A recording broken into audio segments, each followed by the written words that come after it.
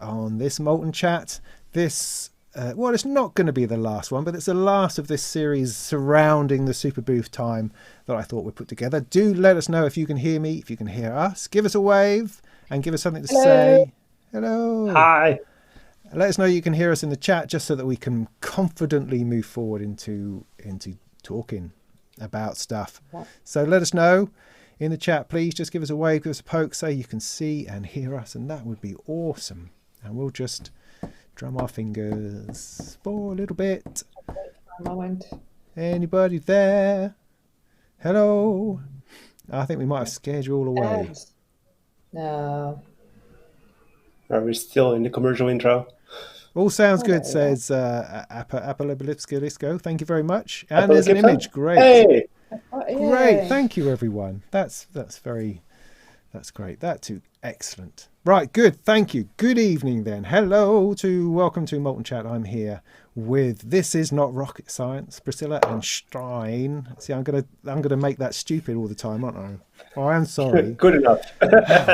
But and that bloke. And we're here to talk about modular things and synthesizers and how we feel about the flow of electrons and voltages and that kind of stuff. And you're very welcome to join us and to jump into the chat, ask us questions, say things, and we'll do our best not to ignore it the whole time.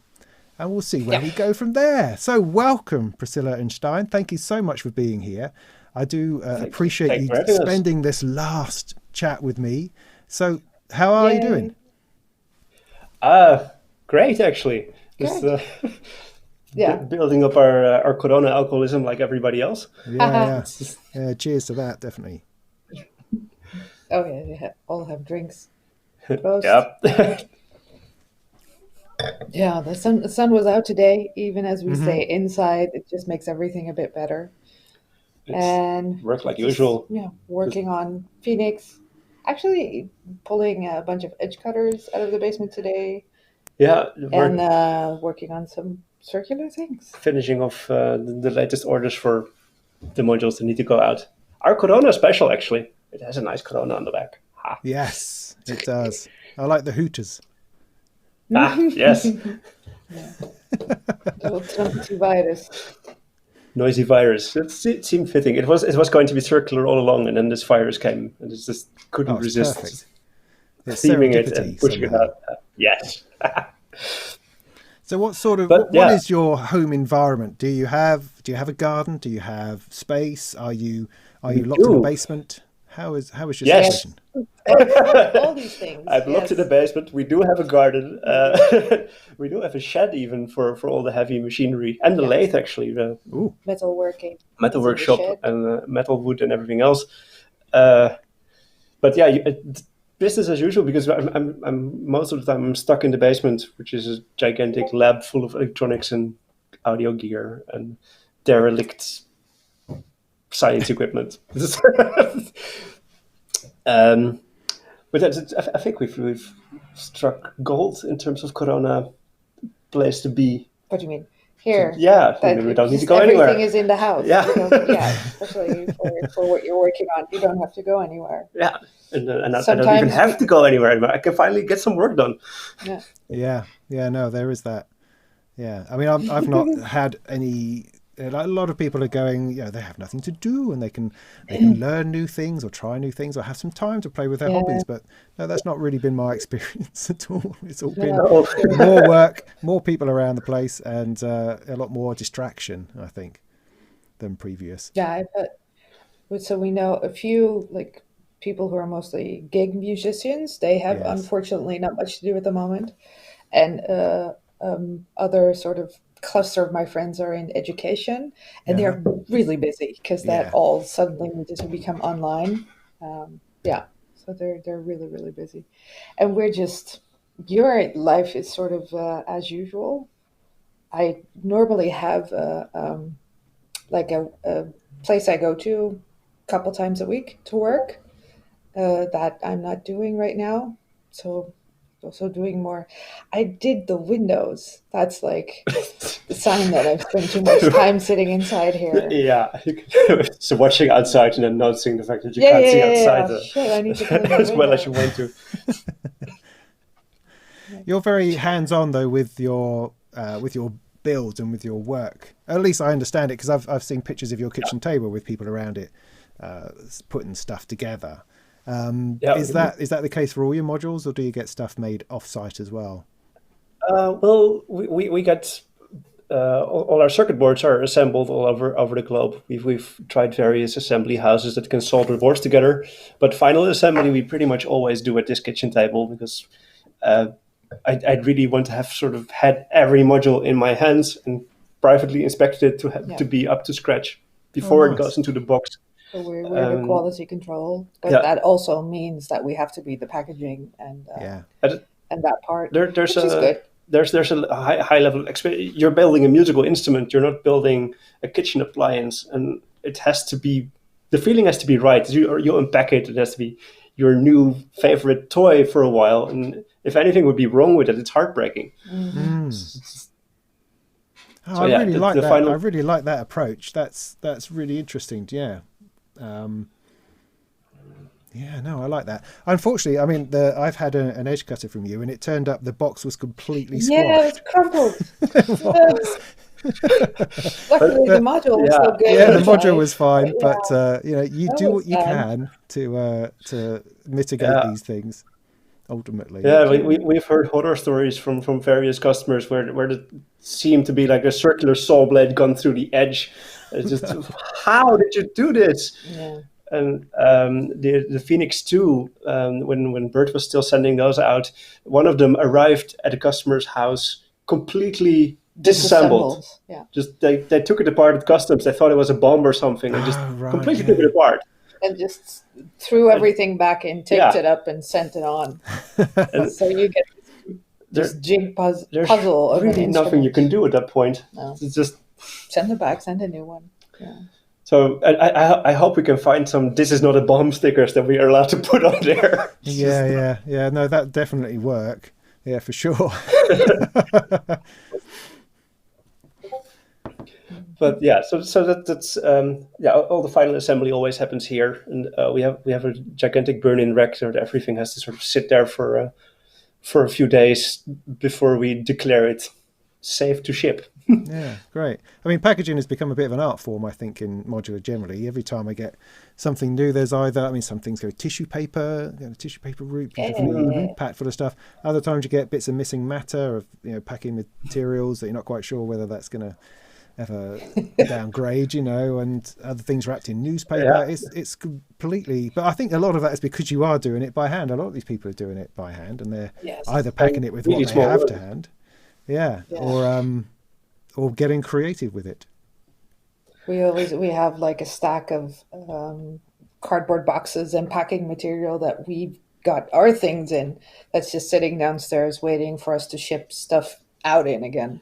So sometimes the box doesn't exactly fit, so you tape two boxes together to make it fit, and these kind of constructions. The Shenzhen construction special. Yeah, just tape it all. No. You just take any box, and you have your knife. You cut a few strategic places, and you fold it in a special way. And that's another thing we really love to do.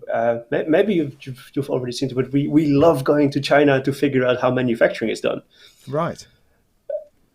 Because they have this is sort of how This Is Not Rocket Science, the group started, because we really wanted to figure out how all these things around us were made. So the one way to figure this out is to just go there. Make something. Yeah, make something. Go there. And everybody, at least here, was a little bit sort of afraid of China because it's difficult, and everybody speaks Chinese, and it all seems like, unless you're Apple, what kind of conversation can you have? How do you get into that? And that turned out to be surprisingly easy. Well, it takes a little bit of organizing, and we still don't speak Chinese. Well, no. I have like a really weird 5-word vocabulary of yes, no, thank you, how much, and tax receipt. In that I can say Chinese. But just looking over the shoulders of how these people can take something that looks really dusty, crappy, ancient, and they do a few magical steps, and then suddenly it's brand new. Yeah. And then they add this shrink wrap thing, and they put it in a foamy box, and then you get a new product. And it's just in 1 minute it goes from ancient relic to shiny new product.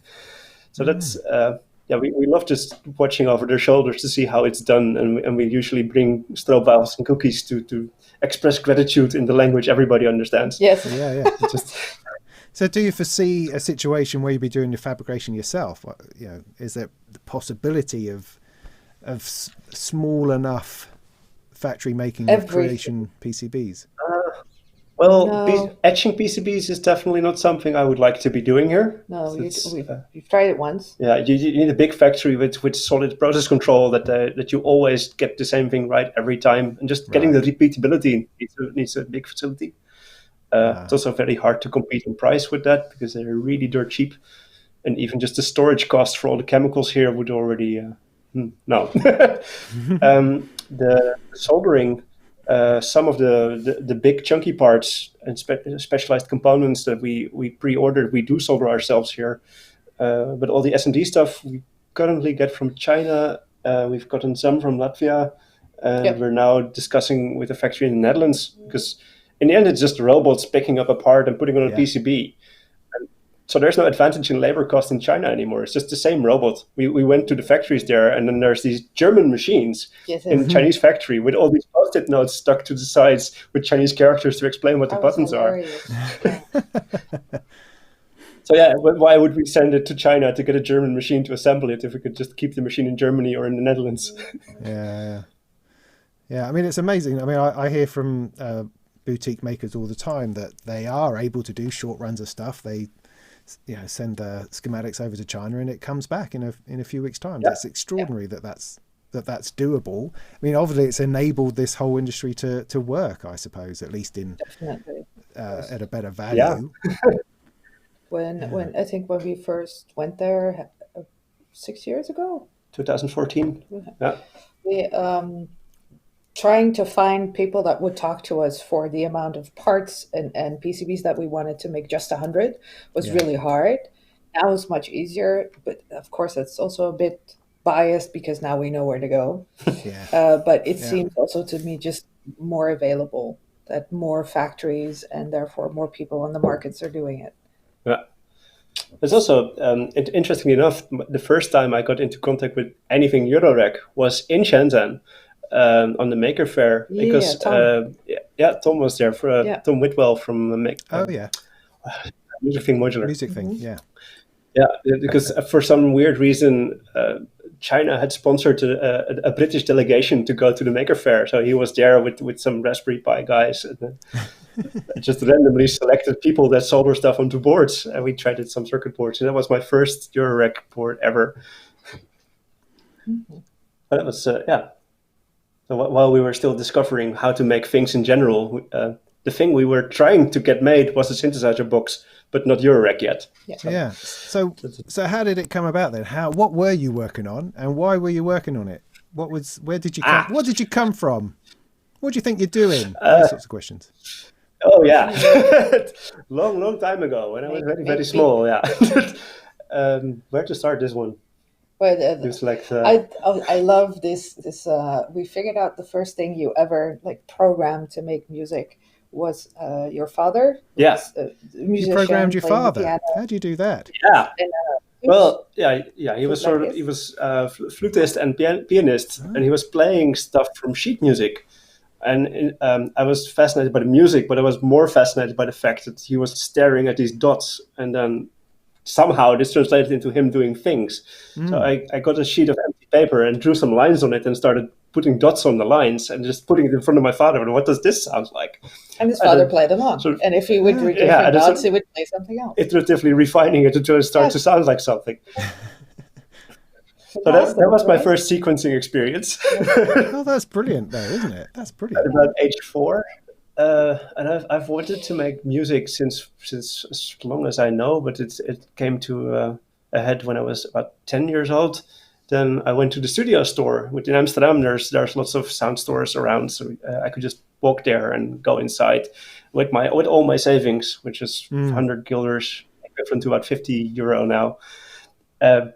And I found out that I needed like 10K before I could even start making house music that I wanted to make. Studio is expensive. So that's a bit sad. I went home.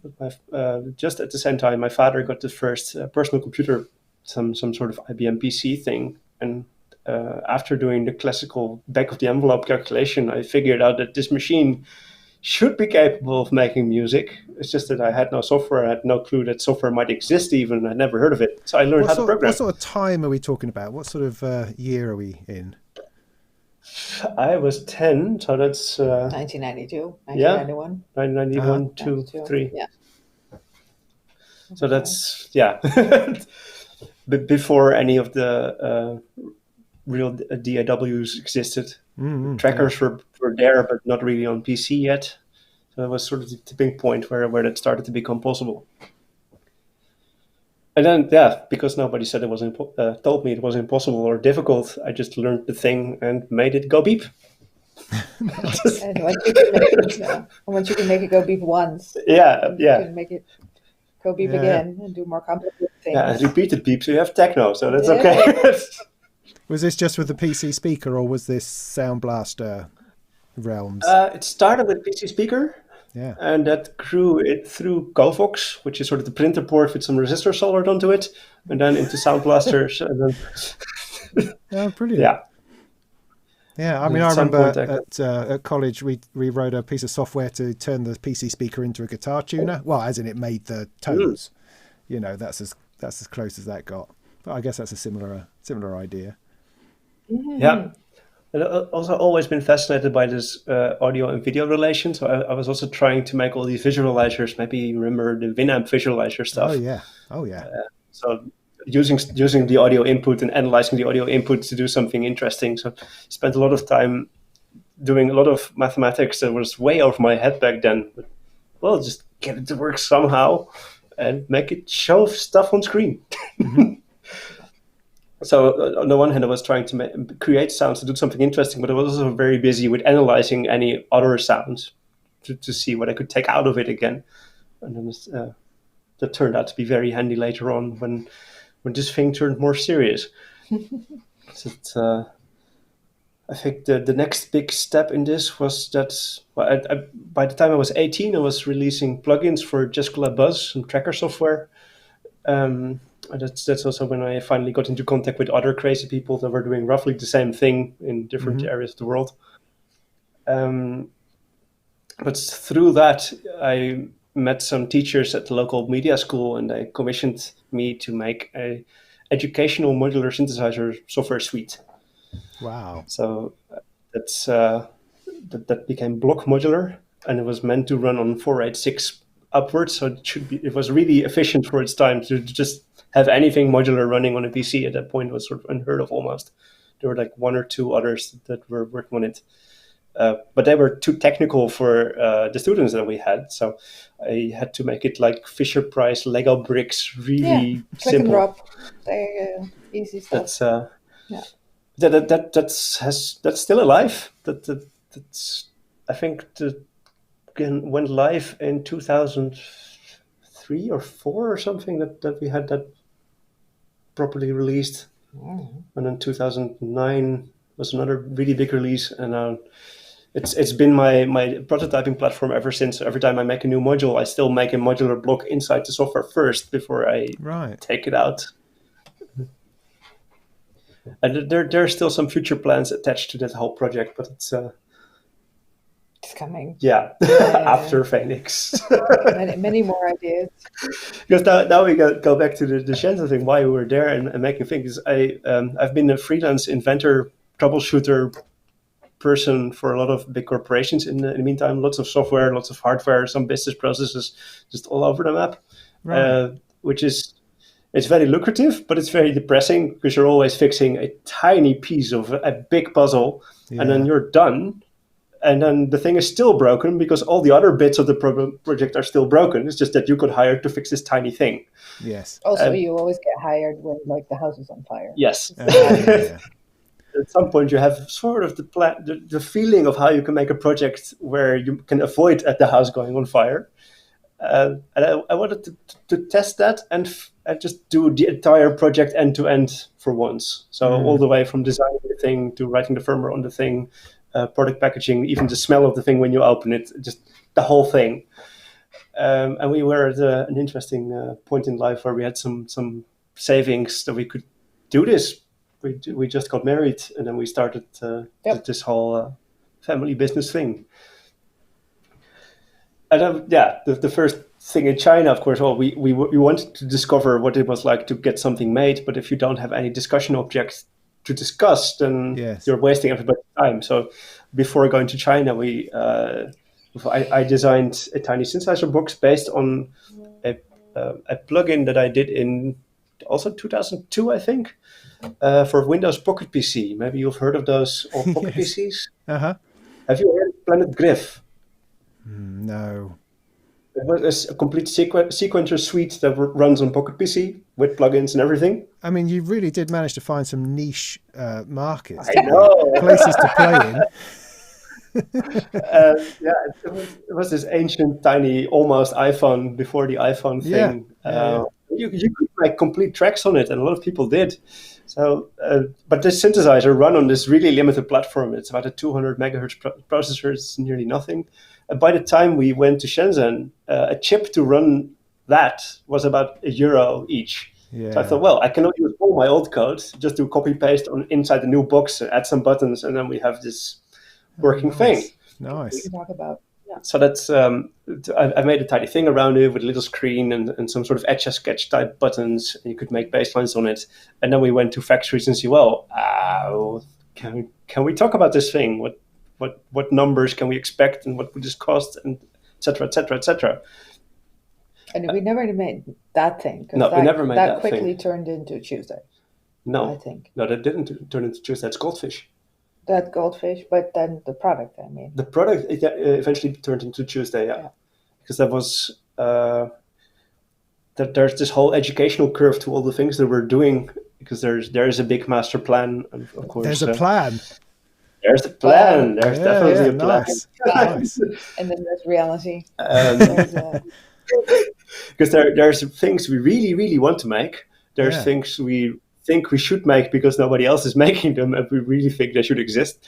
And then there's the way to get there. And like with the Tuesday Edgecutter and Wobber, there were 3 iterations of a single lesson that we really wanted to learn. Like, first, make a product. That became the Tuesday. We made a run of 100.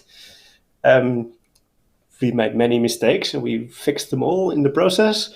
But after you've done 100 and you think you know what you're doing, then you have to do it again to really find out if it's true. So that's became the Wobber and the Edgecutter. It's just 2 different instances of trying the same path again to see what bits we missed. Yeah.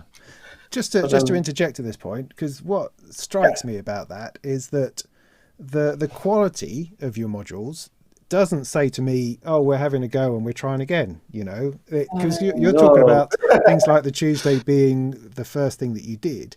And the first thing that people did is usually a hand scrawled thing with great big globs of glue hanging off the back. Yes.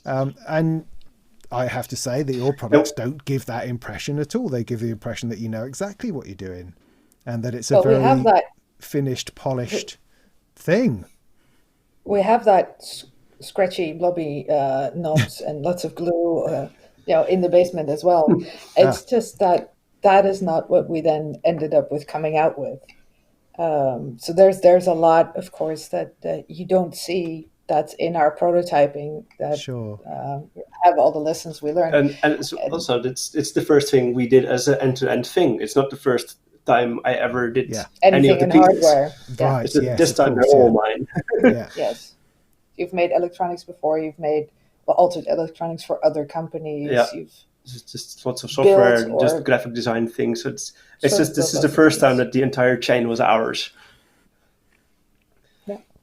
But it's definitely not a shoddy product. We wouldn't come out with something that doesn't stack up to the expectations of the market, because that doesn't really make sense to do, I think. Yeah, that does happen a lot. I think there's room in the market for lots of things, actually. Yes. Yeah. So it's more like we have standards that we feel we need to meet before it can go out. that's also the whole green ecological thing. As in, before you manufacture 100 of something, do you really think that your thing is allowed to exist in those quantities and not end up in a landfill if it's not good enough? Yeah. So stare at yourself in the mirror for a while. Is it good enough, or can you do better? And if you can do better, then maybe you should do better and then try again tomorrow. Can do better and not come up with it yet. We've Yeah. what did you say? Like 20 minutes now, 2 years more? No, it's what is a half an hour now compared to 50 years of expected lifespan of the product? Yeah. Yeah. Of course, you spent the extra 30 minutes if you think it is in that scope. Yeah. I mean, 50 years. Yeah. Oh, I don't know. Easy. Yeah, it could do. It could last that long. Modules. But Yeah. Fenix definitely. That's supposed to last like about that long. But so what was it about Eurorack that captured your imagination? Well, the modular thing has always been interesting, but I came from software modular, of course. It says hardware modular was way too expensive when I started, but software modular was just a very fast way to try out new synthesis concepts. So that's always been a natural fit. Hardware modular is then, of course, roughly the same thing. You can work on the bits that you think you have something to say about, and then take all the other best bits from everybody else and build your system. Mm-hmm. So a bit of upgrade as you go. Now I have my own envelope, and I can take out the old envelope I didn't like, and or filters that I heard about, but I could never afford the big synthesizer, and now I can buy the individual filter and put it in my system and see what it was all about. So the Eurorack thing was just a natural fit for all the types of experimentation I was doing. I like it a lot because it's very creative and free, because it's modular and everybody's basically building their own instrument. And there is a lot of small manufacturers going on in this area. Everybody has different ideas and different levels of doing things.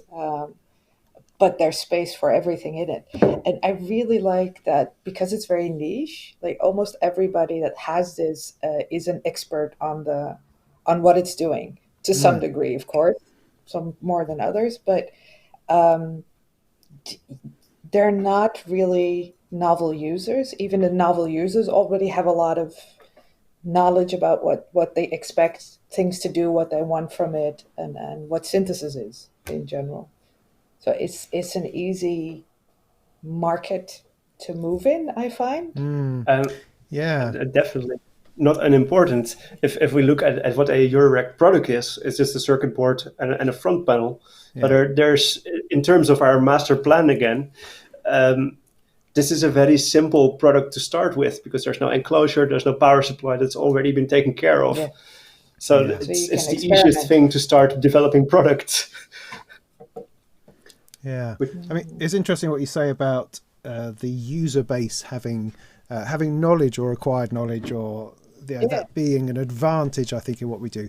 But I mean, part of my mission, for what it's worth, is to let more stupid people in. As in, I use myself as an example in that. And that's interesting, because I mean, we love it and we hate it. Maybe we want more people in the idea. We want to make it easier for people, but also that comes at a cost of more time and investment in those people, in either our community or in what we do. I mean, because I notice it when I do a review of something complicated, I get intelligent questions in the comments. When I do a review of something kind of simple and mass market, like the iRig stream, for instance, I did a quick review of that because I needed one. It worked. I thought, this is great. I'll make a quick video. And it's the biggest video I've had this year, But of course, the comments are full of people going, so where do I plug things? So it's got a plug on the side that says plug it in here. Yeah, but what do I plug in there? Well, the thing I said in the video, you plug it in there. So you have, and there is that sense that as Eurorack gets more mass market, I suppose, more people come on board, we have to have more and more of those conversations, and we have to develop our patience muscles and ability to ability to cope with that. And that's part of the payback, I suppose, for letting more people in. But it's a good thing, it's a positive thing. It's where I've always spent my career. I've always been in that place where I'm trying to explain something a little bit hard to people who really have no idea. You know, that's just where some of us have to spend our time. I like that as well, but the people coming into this are, even though they might ask stupid questions or make statements that seem almost irrelevant, there's a great willingness to learn. It's if you're looking into Eurorack and this kind of way of dealing with sound, I know from different products or other areas of life that people just look at a thing, especially technology, and if it doesn't immediately do what they expect, then they're out. They have no more interest in dealing with it. And that's not even for the people who don't know yet, that is not the case. They're very interested. Yeah. And there's a high amount of expertise as well. Yeah. And new people coming in. Yeah. That's going to be up to you, I think, a lot. And then people like you.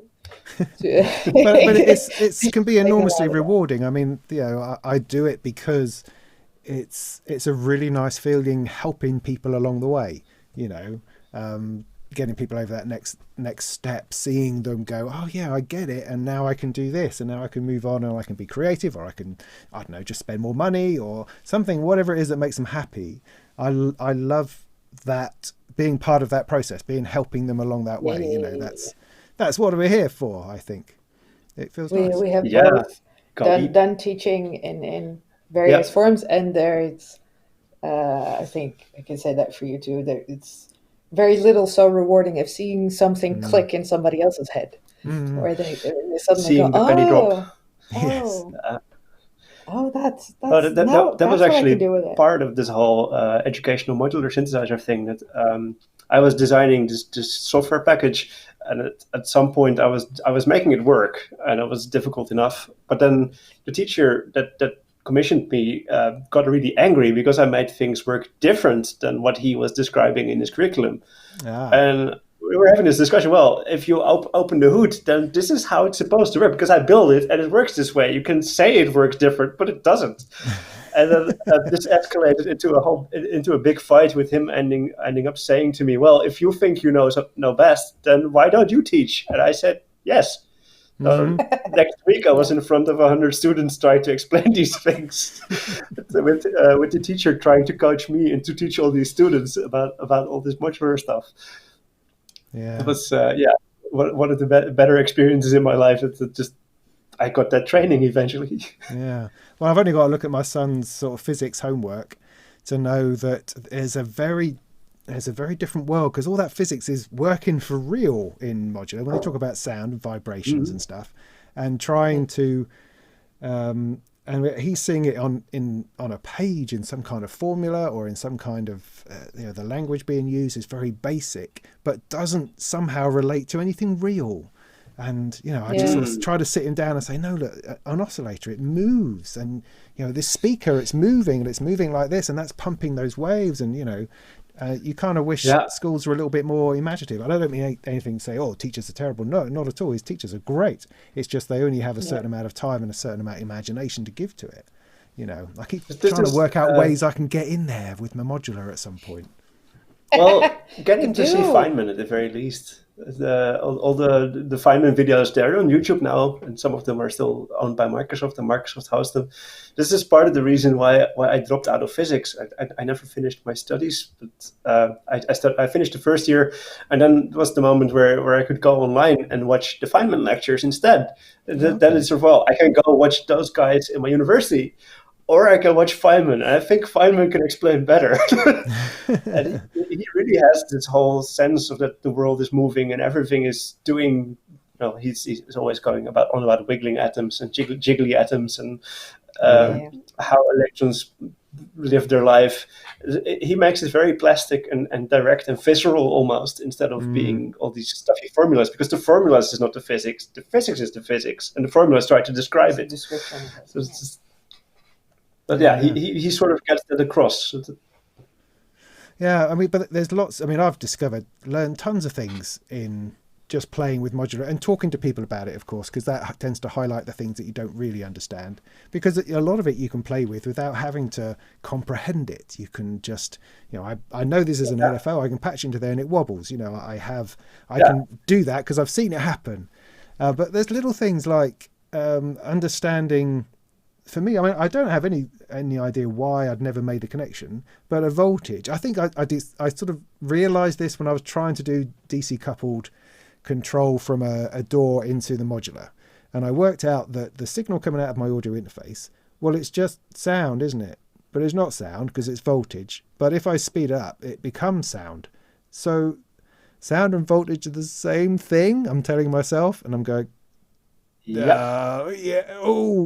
Oh, it is, isn't it? I just wobble it harder, and then it becomes something I can hear. There's a saying in electronics. if your circuit is very, very good, you sometimes describe it as it's operating DC to daylight, because all the way from a single voltage to daylight, it's all just the signal going faster. If you start oscillating way faster, then suddenly you can see it. With light, of course. Because I mean, I'm so used to seeing audio as something, MIDI as something, and then control voltage as something. You compartmentalize, you categorize these things and push them apart, because that way it's easier to understand that way. But then MIDI obviously is a slightly different thing. I mean, I spent a lot of my life trying to explain to people that the sound is not coming from your keyboard, it's coming from your MIDI device over here. I know you're playing the keyboard, but the sound's not coming from the keyboard, it's coming from your computer, makes the sound, not your keyboard. So if you take your keyboard next door and play it, won't make any sound. It's got to play. I've done a lot of explaining like that. But I think we're getting back there as well, because there's a lot of MIDI around these days because of the reinvention of the hardware desktop unit. After spending 15 years in software, everything is now back on the desktop, and everyone's going, how do I make these work again? How do I plug this to what's MIDI? Oh my god. So we're getting back to those sorts of questions again, I think. Now we're hitting onto a subject that I sort of wanted to touch anyway, because I have this whole relation with MIDI and sound sources and everything in between there.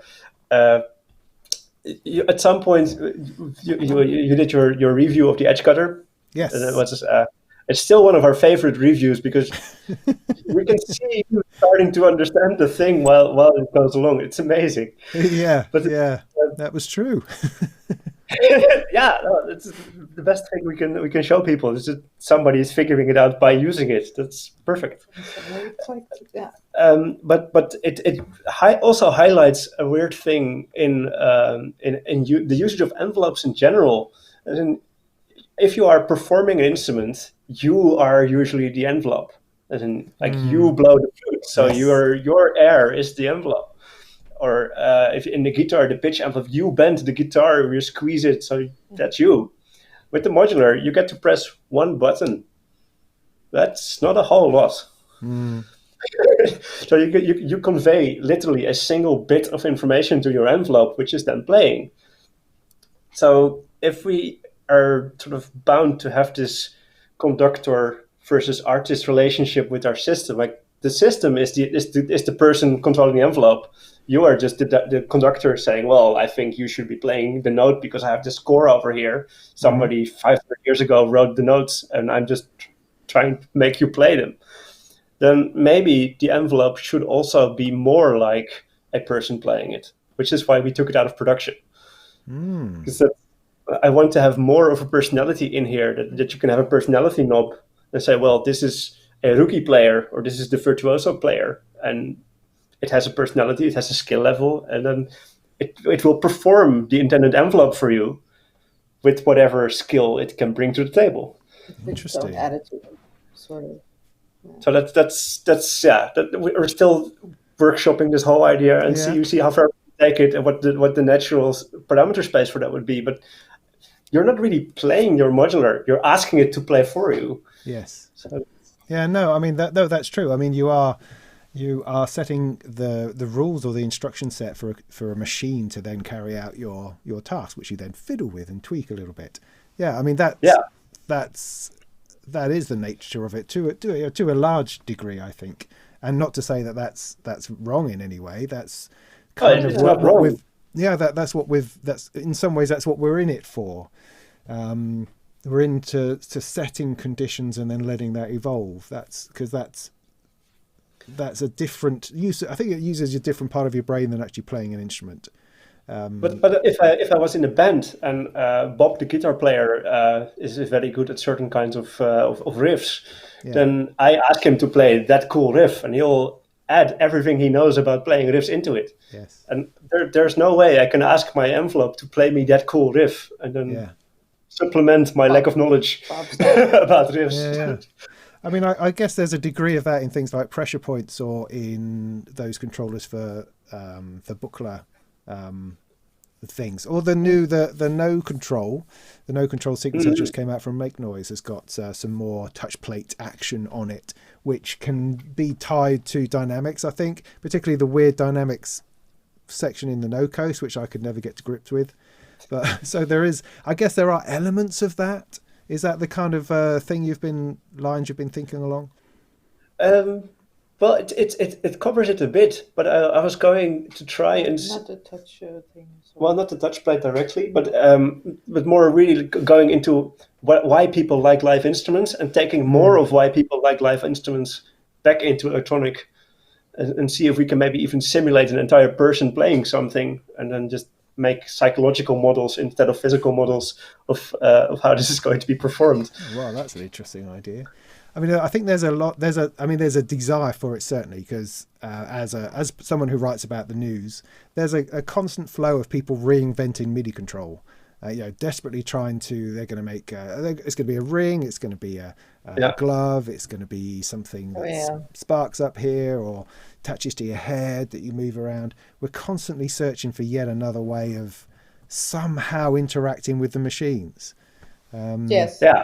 But nobody is improving the machines, so that's that's true. No, that's true. Yeah. At some point, people will just have to accept that they're just rubbish at playing instruments, and Yes. Yeah. With rings. You could be amazing with a ring if you spend like 10 years mastering it, but then most people have this gadget attention span of a few months, and then it. Oh, absolutely. I'm a complete sucker for it. I mean, I have a Genki thing here, and I've got the Eurorack module for it. And I did spend an afternoon with it, having a lot of fun. And then it hasn't really done anything since then. I know in my head that I can come back to it, and at any time I can go whee like that, and it will do that. But I don't know. To try to take it somewhere else is difficult. All these things that try to make movement into sound or movement into visuals or other things, they're very nice as an experience. So like what you're saying, that you can go exactly, but they're very hard to actually make something that's musically relevant or visually relevant. That people would like to see. That is not a way we control that kind of sensory. Everybody wants to do it, but not many people want to see somebody else do it. That's also true. Yeah. Well, it's the old theremin story again, isn't it? Theremin sound awful for 90% of the time until you find that person who's actually put the time in to make it sound nice. But this also was one of the big reasons to build the Fenix, or at least work on the Fenix. It's because it's such a all-in-one instrument. You can build muscle memory with it. So you can get to know on a different level. So, this is something worth learning 10 years, and you probably you buy it for life, and you have it in your studio, and you become really, really good at it at some point. But we notice with Eurorack is that most people have this gadgety treatment of these modules, and they have a new module, they're happy with it, and a few months later it's out again. So they miss becoming the virtuoso player of that module. Yeah, that's really interesting. Because I suffer from that absolutely. It's this constant search for the right thing in the right place, and then, as you say, you bump that out, and it sits on the side for a bit, and then you play with something else, and then I need to get something else. I mean, in some ways, I guess that's why things like the music easel have the reputation that it has, because it's a complete instrument. I mean, I've had this conversations before where I was saying things like the make noise shared system, for instance, I think is a terrible idea, because you buy an entire bunch of modular that you don't have any clue what to do with. There's no journey. There's no, opening up of, I've got an oscillator, I've got a filter. Okay, where do I go next? If you get the whole thing in one go, I think it would be really difficult to access that. But then on the other hand, as you say, it's like if you see it as a single instrument, like a music easel, then you would learn it as such. You wouldn't be in this situation where you haven't started off by putting in different modules, so you wouldn't necessarily do that automatically if you had something that was more or less complete. So two different ways of looking at it. So the one where you say, well, maybe this doesn't work, it's because Eurorec allows you to build your own instrument, but then you do have to first figure out what is relevant to you, and then you build things in it. So basically getting stuck with somebody else's set is then not a really good place to start. But if you look at it as, no, this entire thing is done, I'm going to accept it as it is and get to know it. It's just two different perspectives. One as a never-ending something, and one as a completed instrument already. Yeah. And I like it about Eurorec. So it's not necessarily a bad thing, because musically you also develop. So why not have this instrument develop with you? You get more into a certain kind of signal processing. So you want more of that in your system, or just a different kind of add to it. And then you make a different sound with the entire system.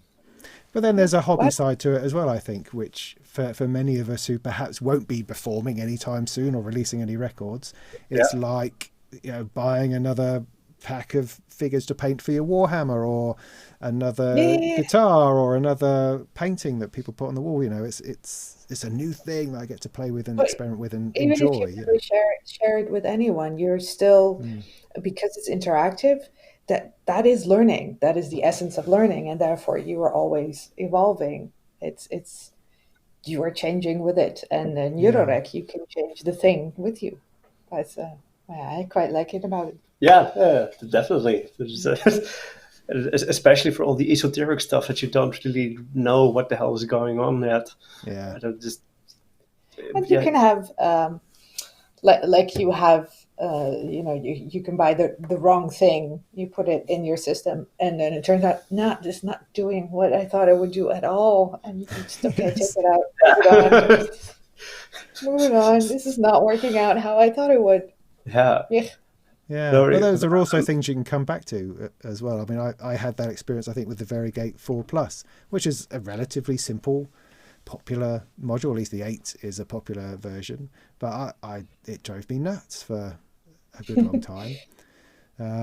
So did the Polyvox filter I had. The first filter I bought was an Erica Synths Polyvox filter. I thought I knew what that sounded like, and I had no clue, and it didn't sound anything like what I expected a filter to sound like. Because I didn't know what a Polyvox really sounded like. I just knew it as a cool kind of Russian-y thing. And so in my head, I was expecting a Jupiter 8 type filter, a Juno filter, because that's the sort of filter I'd heard. Else.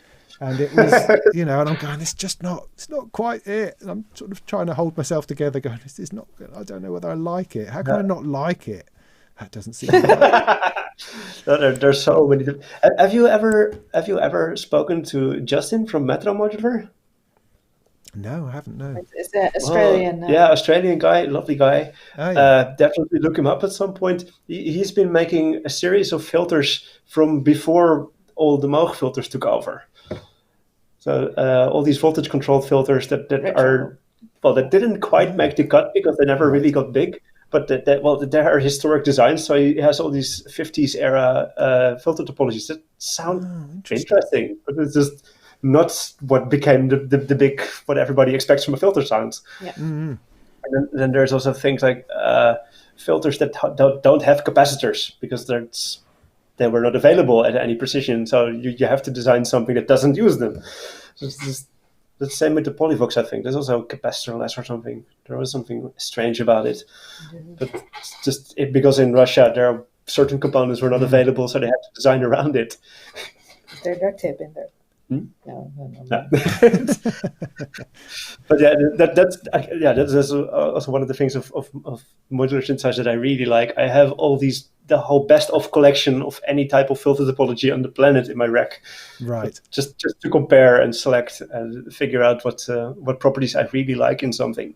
Yeah. So that again with the edge cutter not being the final answer. We before the show we talked a bit about final answers on things. This is not our final answer on an envelope. It was a good stab at it, though, I think. I mean, I was boggled by envelopes beforehand, unless it's really simple. I mean, the envelopes on the mass, for instance, I used to use a lot, just the rise and fall thing. Yeah. So, and it's an envelope is still not a thing that I enjoy particularly. To do anything more than just shortening or lengthening a sound. But yeah, no, I guess that's it. Trying to find, because I tend to say it's like, why don't I just stick in an LFO if I'm trying to create a curve, trying to change something over time. An envelope almost seems too fussy. It's, do I really want to do that and then that and then why don't you just go? I'll just stick a triangle in and it's going to do more or less the same thing. That's pretty much what the whole thing with the wobbler turned out to be. I think we also have to send you a wobbler at some point. But the whole thing of why do you want an LFO? The same thing. Well, I'm going to call him Bob again because Bob is on the other side of the room. I'm playing music with him, and I ask Bob to twiddle the cutoff for me with some filter or whatever. Yeah. Then I'm always never expecting him to do a perfect sine or triangle wave. I'm expecting him to do something cool. Yes. So Bob, take it away. That became the concept for what a wobbler would do. It's going to do all kinds of things to your signal, but it's probably not going to be a straight sine wave. Now that's interesting. In fact, I mean, I've been lucky enough to get the fusion filter from Erica Synths. They sent them to me to do a video on, and that has a record knob which just records the CV, which is then patched to the cutoff. So you can do exactly that. So rather than doing the smooth sweep, you do the that you would do manually, and then you just let that go, and you can go do something else, which it's great. It's a great little feature. And there's probably CV recorders like that exist all the time, and I've just never really been aware of them. There's a few. Yeah. But it's a great thing to have inside a filter all ready to go. Almost, if they make it available as a standard block, I'll gladly throw it into our other stuff as well. Erica Synths has been, I think they've been working together with Alpha. I'm not sure how tight those are connected, but they're both from Latvia, and I think Erica sells all the Alpha chips. But there's been a complete revival of all the old analog chips, and I always see them first with Erica for some reason. Maybe it's a language barrier thing. Maybe they're just close to each other. Close to each other, yeah. Really I think they are, yeah. I think they're the other side of the road, something like that. Yeah. If this whole CV recording functionality shows up as a single chip, I wouldn't be surprised. And it's definitely support your local economy. Yeah. Yeah. Also, it's also been working on spreading physics education by means of doing module demonstrations. So they're doing great work there. Yeah, no, indeed. Weird, he's a very cool bloke. Stuff. Yeah. Yes. Techno opera. Oh, now we're talking. Techno opera something.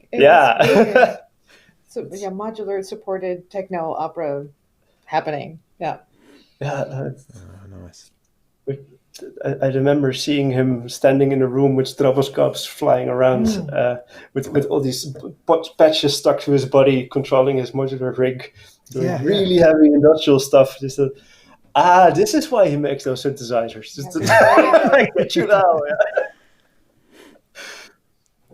So tell me that about the Fenix, because I mean I've written about it, and as much as it's based on something else, or something that came before, as I understand it. And then I had to play with it at Superbooth last year, and it made noises. And it's got an interesting, unintuitive layout, at least on first inspection, which just makes you go, "Ooh, this is interesting." So as you say, it's something that you have to learn. So what is it about? Why does it fascinate you, and what do you think it's bringing to the table? Well, but definitely what brings to the table is the single instrument feel that we already discussed. Yeah, that's interesting. And why we love, but let's talk about the originals first. The Fenix 1 and 2 are made by Bert Vermeulen and Paping, I think. The first one, yeah, Mark Paping. Mark Paping, and he was a musician. Yeah. So he had I want a system to do this and this and that, and Bert built it for him basically. So between the two of them, we have to go one step back further first, though, okay. Because the reason it is called a Phoenix is because it's risen from the ashes of Synthon. Synthon was the biggest Dutch synthesizer company end of the 70s, early 80s. Okay. And for various reasons outside of their own success, they went bankrupt. But yeah, it's very difficult to make any synthesizer designer stop designing synthesizers. So Bert and Mark, out of the ashes of the designs of Synthon, made the Phoenix. Together with Felix. Who did the design Synthon. again. Yeah. And then Bert did this completely on the oscilloscope. So he made this whole Phoenix 1 according to Mark's spec and never heard a single sound. Wow. But then he got to hear it, and he said, "Oh my God, I'm going to make the Phoenix 2." No, this is not entirely the story, but he didn't like the sound of the number 1 at all because it was really to Mark's liking, not to his liking. He was then asked to make a sequencer, but he couldn't test the sequencer at home because he had no synthesizer at home. So he designed the Phoenix 2 to have a synthesizer to play the Phoenix 3 with. And because it had to be a complete synthesizer, he made this into a sort of Swiss Army knife construction set of modular, where all the oscillators on the device, if there's more than one of a type of module, it has to be different. Because two oscillators, why should you have the same oscillators? You can have two different ones. So he followed that principle with all the modules in the system. So every filter is a different type of filter. Every mixer has slight difference in how it processes sound. And every envelope is different. So it's really tries to be as wide sonic spectrum in a single box as you can get. Bert has more opinions about that you need to have a lot of space in audio, that you need to be able to do a lot of things, more than that he wants to make a specific sound. He's more on the, I want to give the person who's using it, as much audio option as possible, which is we really like. We have that same idea, and a couple of other design philosophies from the Phoenix 1, 2, or 3 are in the Phoenix 4 as well. Yeah. Another big one is of course the patch area is localized in the bottom, and all the knobs are up in the top. And we extended a bit into the sides because the reason why it's at the bottom is that you can make a patch, and then once your patch is done, you can perform that patch on the knobs without getting entangled in all those wires. But that of course, it does make it slightly less intuitive the first time you see the machine, because it's not in the module. You have to find the matching patch area. Just trying to find a picture of it. If you excuse me a second, I'm going to look at my screen over here because I can't see what I'm doing. I just pulled up something which that's not what it's supposed to be. What is it? There it is. Because I'm looking at a very, very small preview. Oh yeah. I hope it's the latest. Hang on a second. Bear with me. Oh, hang on. Oh, so sorry. So this. No. Stop it. Oh. It's attached my mouse to it. Get off. Stay there. I might have done it. Okay, look. So it looks a bit like that. There it is. Yes. I can't pick on a great picture particularly. No. But oops. So knobs, patches, knobs at the top, more go up here, I think. Oh, there we go. So that's the kind of instrument thing we're talking about. I mean, it's strange. I mean, I want to talk to you about your design aesthetic a little bit as well at some point, because that's slightly fascinating. But it is. I mean, it's an interesting looking machine. There's nothing quite like it, I don't think. No. Well, the original Fenix, at least in layout, is very similar. That has sort of the knobs and the jacks. But it's black. But because of trying to make some sort of sensible arrangement in and maybe a structure, I wanted to use as many different colors as possible to sort of color code things that belong together. Yeah. Without going into full rainbow, because that's of course, rainbow unicorn that has associations that we may not want to attach to this, or at least remain a bit more neutral. Mm-hmm. So we went with the soap bubble spectrum.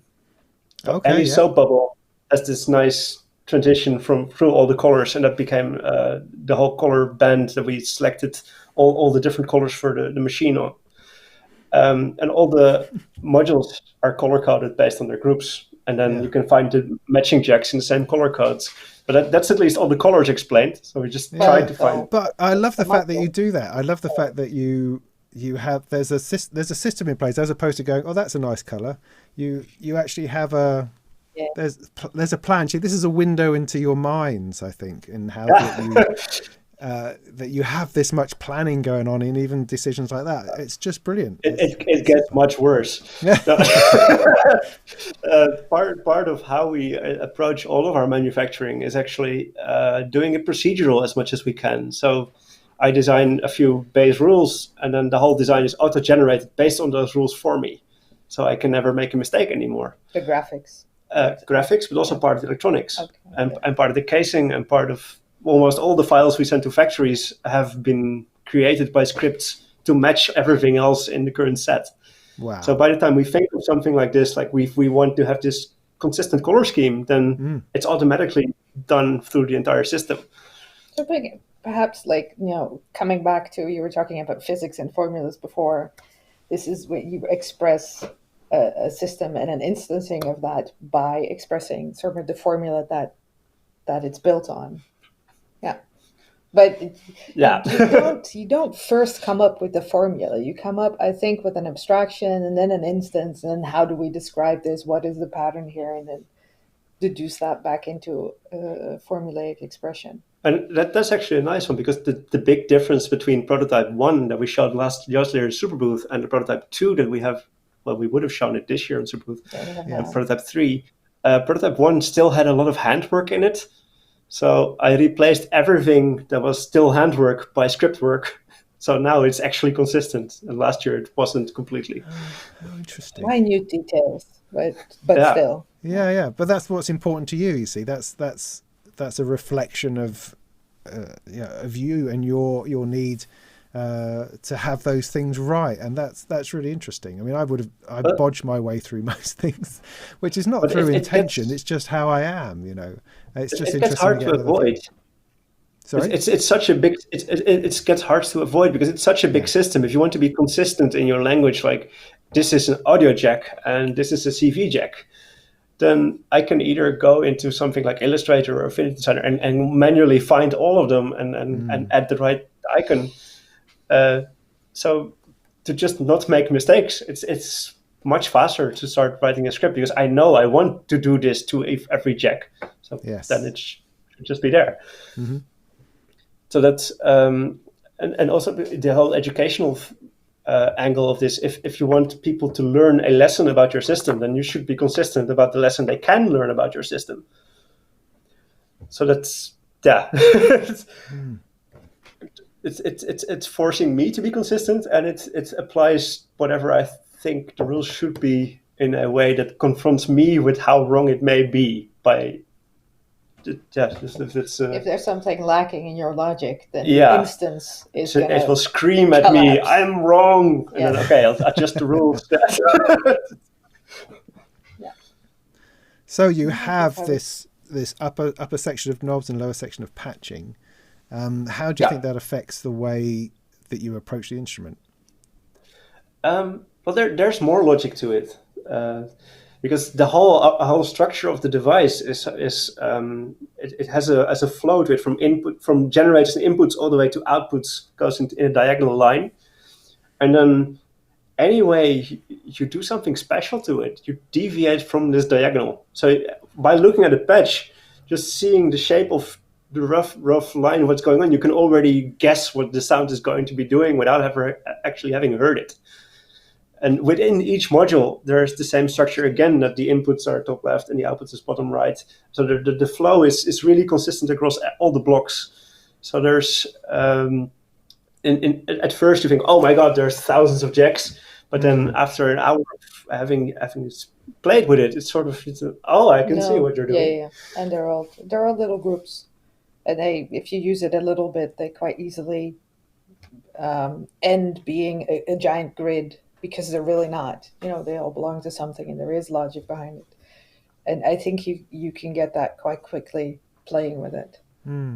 So it'll change in your mind from this huge thing to have all these little clusters. Yeah. But yeah, it's I've already compared it to again with China. At first you have no clue what's going on, but you start seeing these shapes, and then suddenly these shapes have meaning because you learn the words behind them. The characters. The characters, and this patch panel becomes like a single character that you learn to read. And at first there will be very simple characters because you're only connecting one oscillator to the output, and then later on they'll become more complicated characters, and to really get a grip on it. Recognize person, exit, and toilet. Very good. Do you think it would translate well for someone who's used to Eurorack? Is it? I guess it's the same as learning anything, isn't it? You just have to spend time with it, as you say. It's the same modules. It's the same plugs. It's modular. Same types of inputs and outputs. Yeah. And you still have to build your own sound. Yeah. The one thing that at least you don't have to learn all the different design languages of all the different manufacturers, because we have been consistent across the thing. Yes.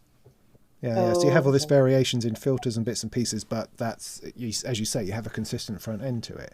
Is it mostly subtractive? Does it mostly East Coast, or does it follow that form of synthesis? It's lowlands. Yes, we have our own. No. Yes. Everybody keeps forgetting that in early synthesizer history, there was this Philips Nat Lab that did a lot of sound design and sound research. So we have lowland synthesis. Nice.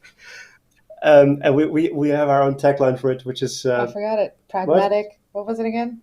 No, opinionated. Highly pragmatic, and very opinionated. That's it. Yeah. Get shit done. Yeah.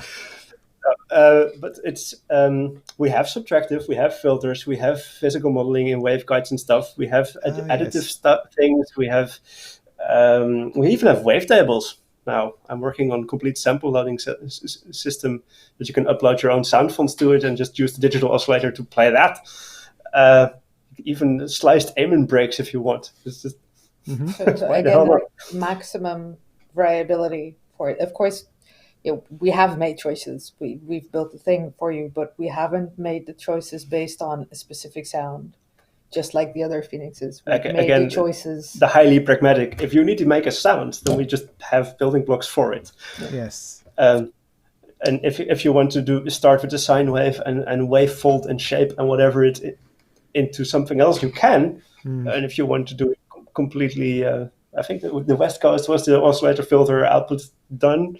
You can also do it. If you want to sort of ping your filters or resonated delay line, it's in there. Well, I mean, I'm increasingly finding that East Coast, West Coast is a bunch of nonsense, really. The more I talk to people, it just becomes, I mean, first of all, it's very Americanized. I mean, what's all that about? And then you're splitting America up into two halves of people who work together, and it all really comes down to Bob Moog attaching a keyboard to his, and the other guy didn't, and they were only talking about two guys who were messing about in one particular part of the world. So I don't know, I guess we need to find ways to explain ourselves and to be able to talk about things. We like to put things in boxes. It makes things simpler, but I think generally speaking, we just talk about synthesis and then what that means. that covers everything ultimately. But yeah, so the answer in general is yes, both, and then some. Just it's trying to sort of cover all the bases. And also, that's another thing that we know a bit of the Dutch history, but the UK has, of course, is a gigantic synthesizer history with the Radiophonic Workshop.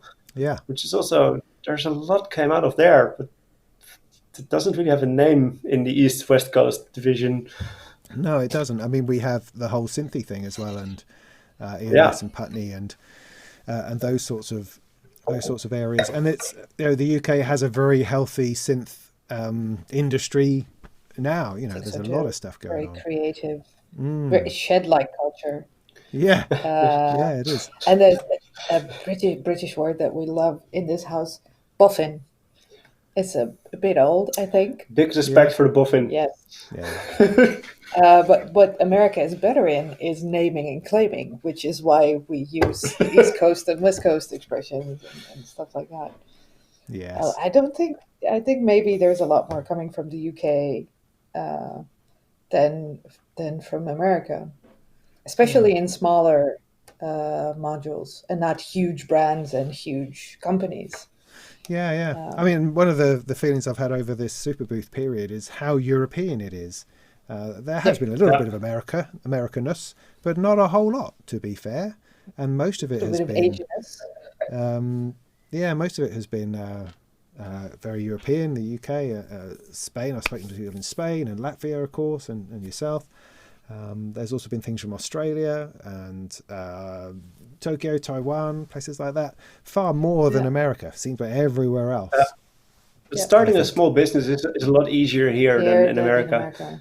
Even just getting your health insurance going, I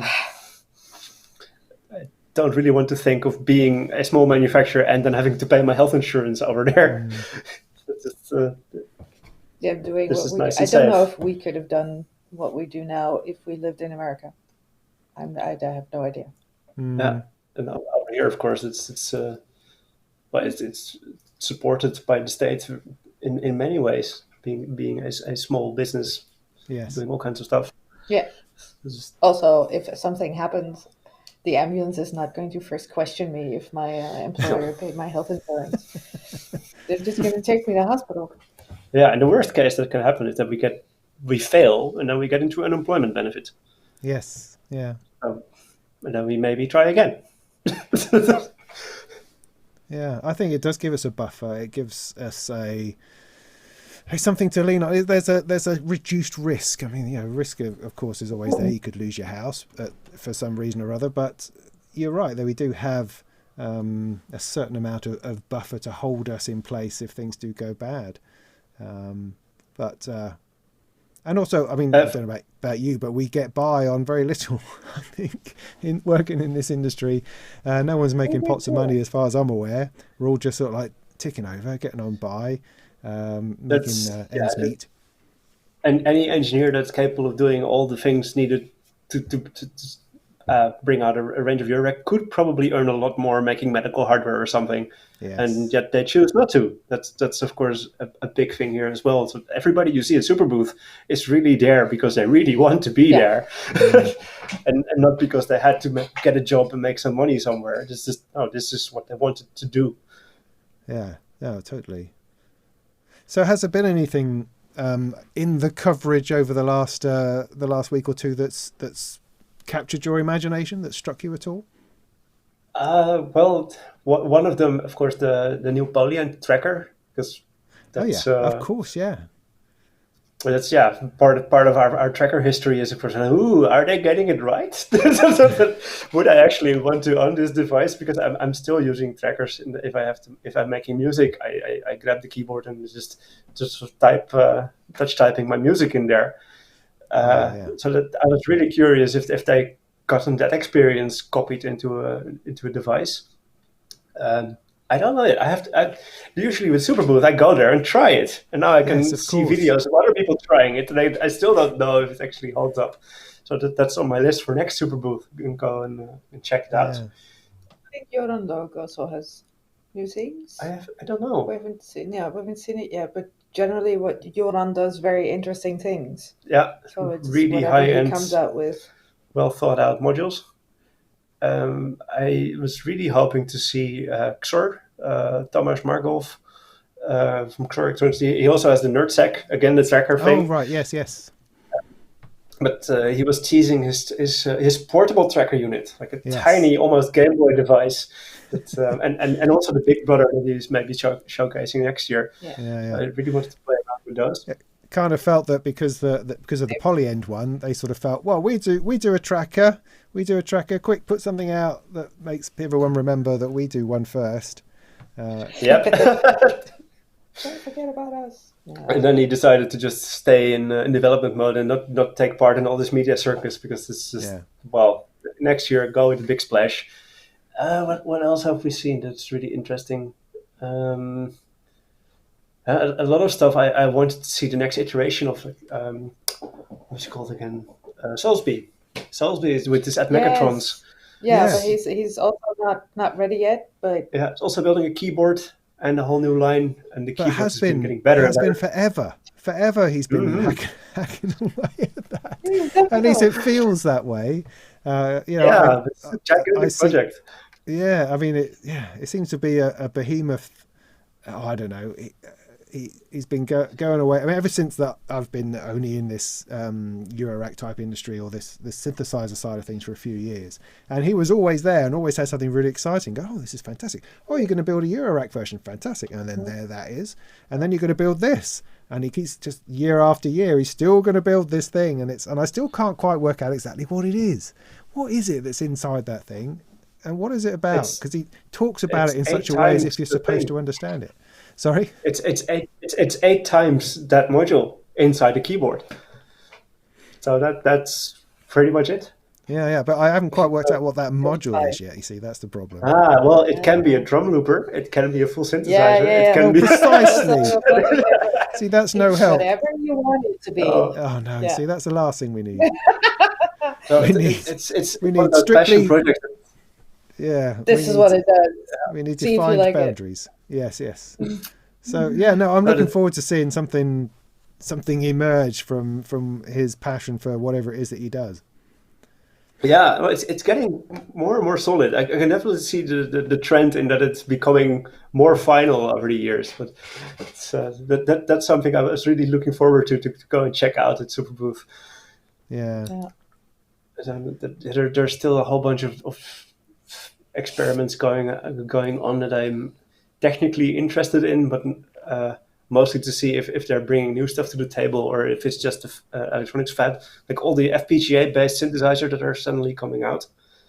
It's a special kind of chip. It's sort of a chip where you program it what kind of chip it's going to be.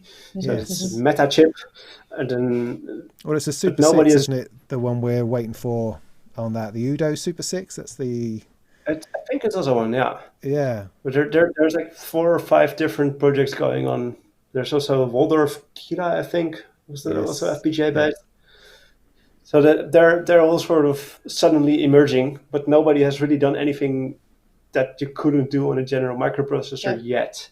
So I'm still waiting for that magic moment where it really clicks and they're starting to build onwards instead of just doing what's already there. Somebody does something interesting. Yeah. So that's getting the basics working is of course very important, but then why are you only focusing on getting the basics working if you can then do new things? So new things is a dangerous area. You see, we're in a process of constantly digging up old stuff, still trying to enjoy that. I think it's hard to do something new at the moment. I think it's an uphill struggle to find what people find interesting. Some people do it. I mean, I think Make Noise do it a lot by renaming, by just slight renaming of things. Don't call it a filter, call it I don't know, something else. Don't call it a sampler, don't call it a delay. Let's just call it something mystical, and then it will feel very new. I mean, that's one approach, I think. I was also hoping to see if anyone has gone off the rails and started using these new neural net chips. Because there's a new wave of silicon coming out where you can, there's been all this Google Deep Dream stuff where you can do it on visuals, and it's all very trippy images that you can make. But in the past year, there's now tiny chips available where you can take part of such a big neural net and put it on a chip, and then you can run it real time and process whatever. And you can teach it to do things.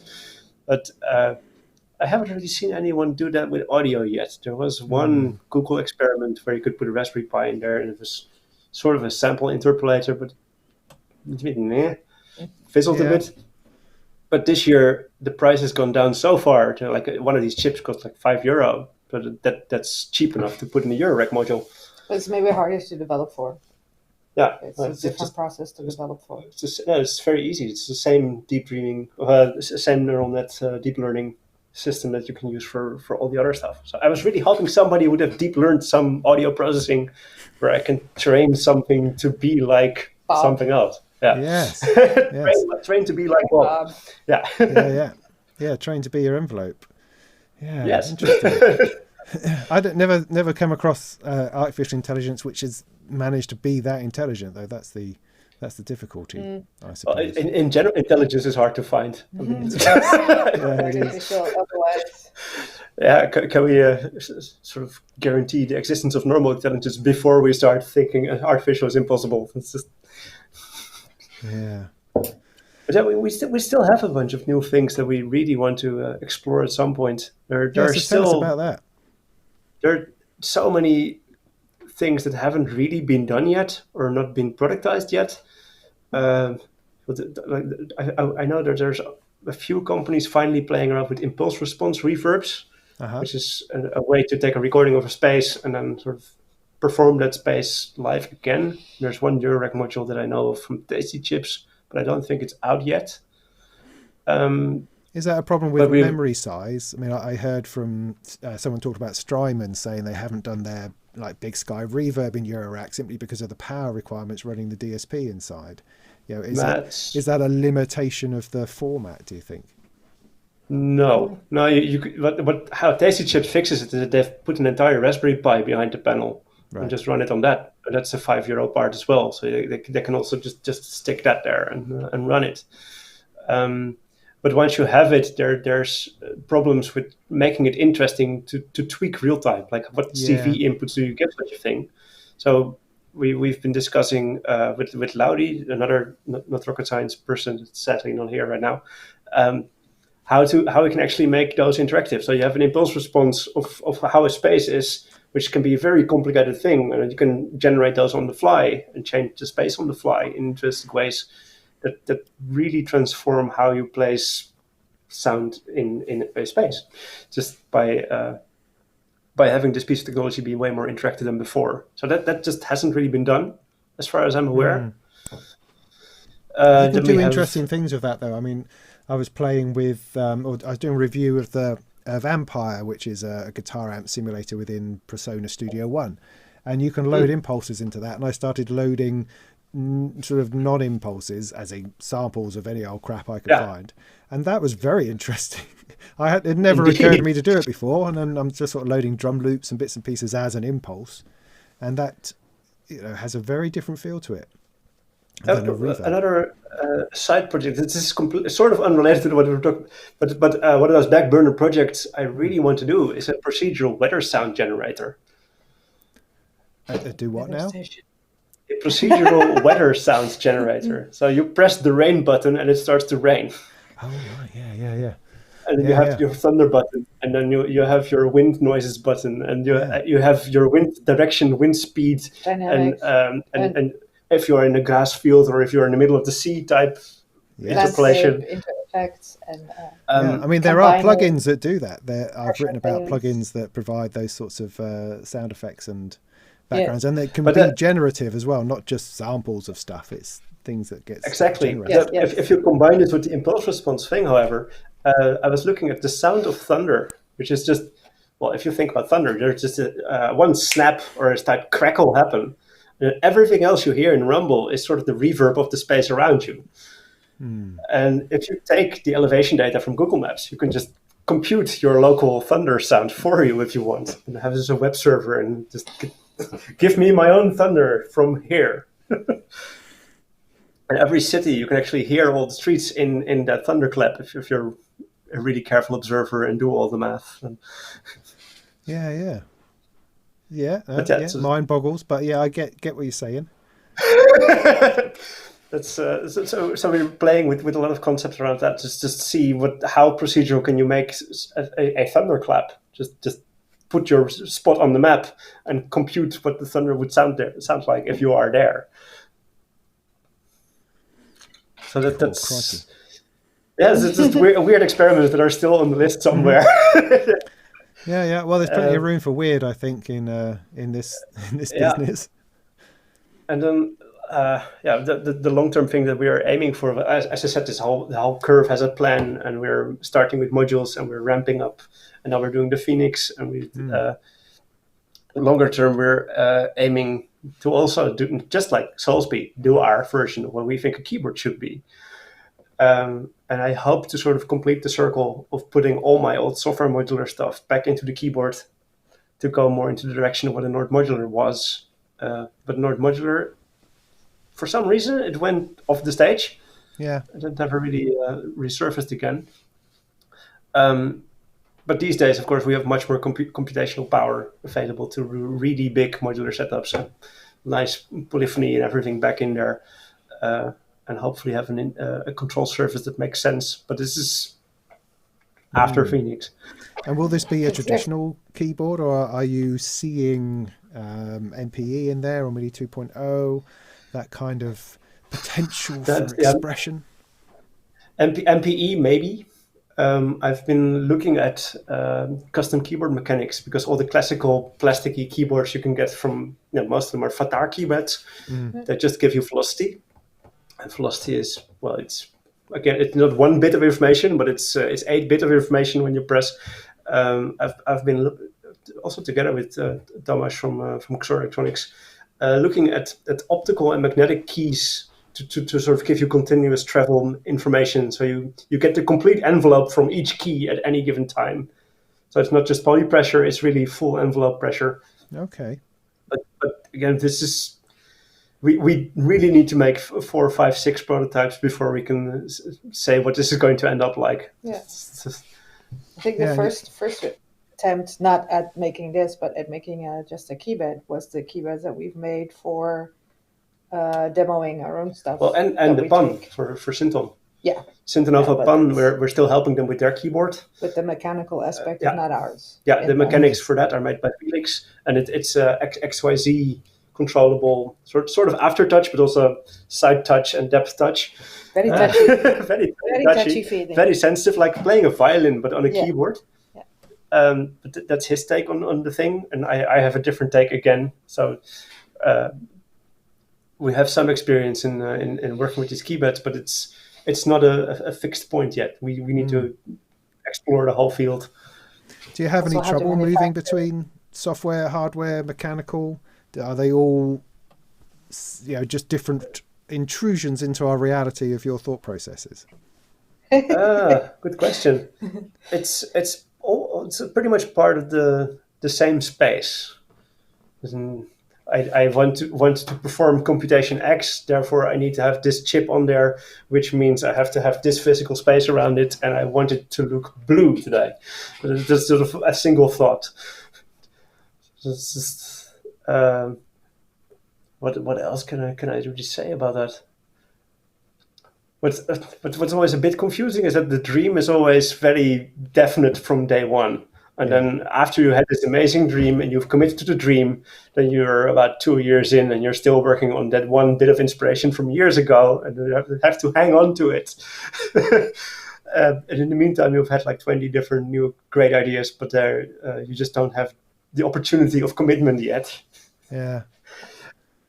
So we have for after the Fenix, I have this short list of things that are probably going to be the next big thing, and this keyboard is definitely all the way up there.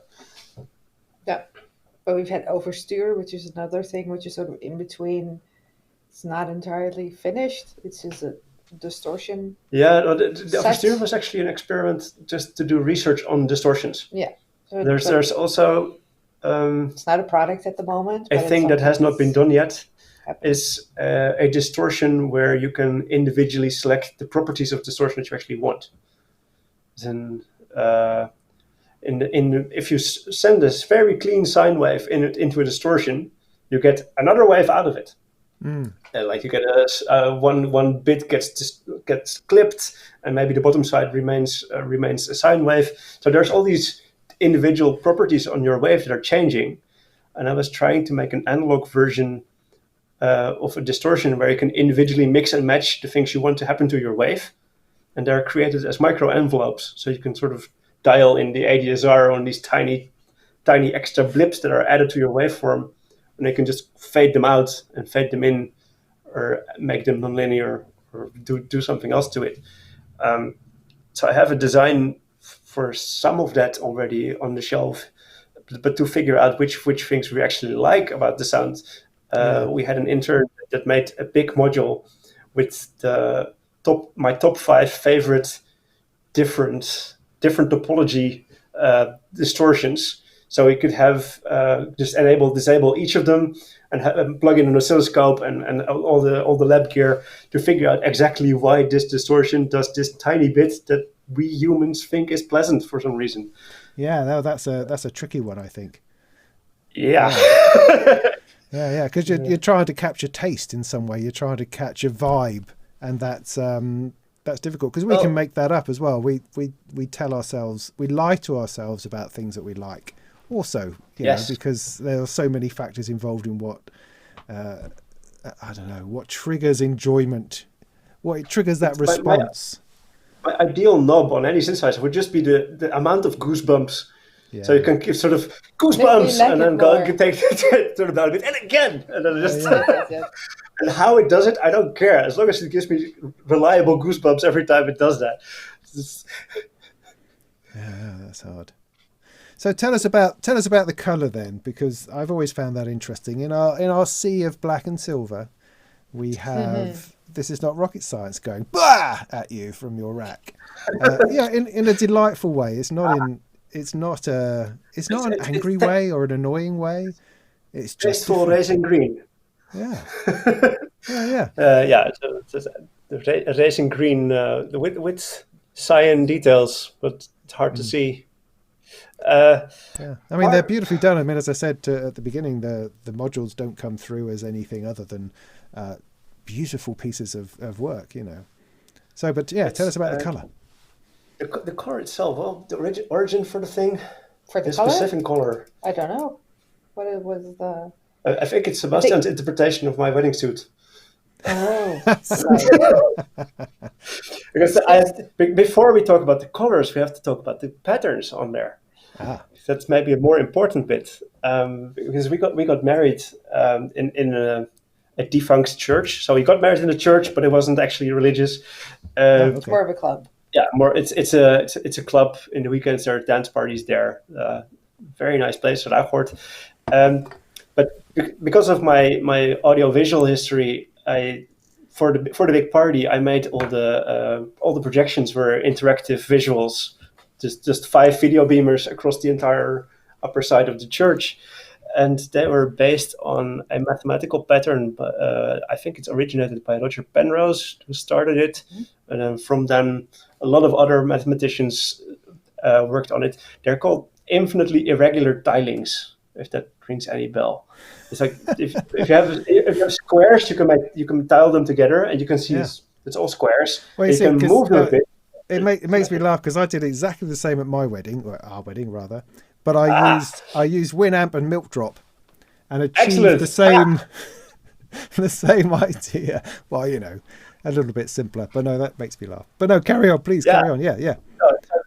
These infinitely irregular tilings, it's like you cannot shift them or rotate them, and they never overlap. They're always irregular into infinity. So if you look at them locally, they seem to have the same structure, but they're always slightly different. Which I thought was a great metaphor for marriage. It seems day by day it seems the same, but it's never actually. You know, there's not one day that's actually exactly like the day before or after. So this procedural pattern also ended up in our wedding rings. Yeah, nicely 3D printed tiling things. And so by the time we got to start the whole company branding, the same tiling ended up inside all the patterns on the modules and everything.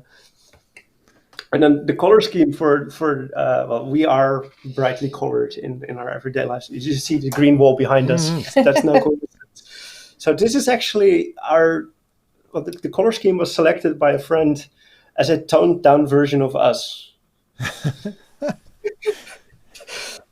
So because if there wasn't the toned down version of this, you end up with panels like these, which we do for our special editions. They're kind of a bit more colorful, or just more busy and art styly. So I got married in a green suit because the color theme of the wedding was blue. Therefore, I was wearing green. Yeah. And my favorite color is yellow, which turned out to be one of the colors that's difficult to buy, which was an advantage for us, and that we could get the factory do custom runs in yellow for us. So since we do release everything we do as open source, we do keep our yellow knobs as an exclusive for the official store-bought ones, so nobody else can just put the yellow ones on there. So that's... Nice. Also the graphics on the front. You never... some of the graphics people can now reverse engineer from photos enough, but the yellow knobs are definitely unique to our operation. So that's roughly the story behind. Yeah, well, that's brilliant. I love that. So Priscilla, can I ask what? I mean, other than bringing yourself, did you bring anything musical, or what was your input to this partnership? We started, I think before we got married, we decided that he'd been wanting to do this, make a product from end to end for quite some time. But if I put it very briefly, he doesn't want to deal with the human end of it. And I come from lots of experience in exactly that. So marketing and media psychology background. Marketing, media psychology. I have done every possible type of sales you can imagine, even the horrible one where there's like people in the street that try to sell you like newspaper subscriptions and that. Yeah. I've done that too. Don't do that. It's not nice. It's not nice meeting them. It's not nice being them. No. But anyway, so we talked about not so much what do you want to make, but more what is our life going to be like if we're going to be a company. A lot, and I guess that's what I bring. That's a lot of the business end is me. But that's the business. That's not just consumer. Yeah, not just consumer facing, but also dealing with all the factories. Just making sure all the factories produce what we want to. So I just design a thing, and then I give the design to Priscilla, and Priscilla brings it to the factory and makes sure they actually get them back. And then, sort of. Yeah. Also things like finding factories. It's most people will have heard of Alibaba.com by now, but and you can sort of type in whatever it is you're looking for, and then you get a list of 500 factories that may produce this. But then actually trying to contact the ones that you think can do what you want, and then sort of opening all the discussions, and then making a short list of the top 10, and then asking samples and arranging all that. Priscilla finds all the factories.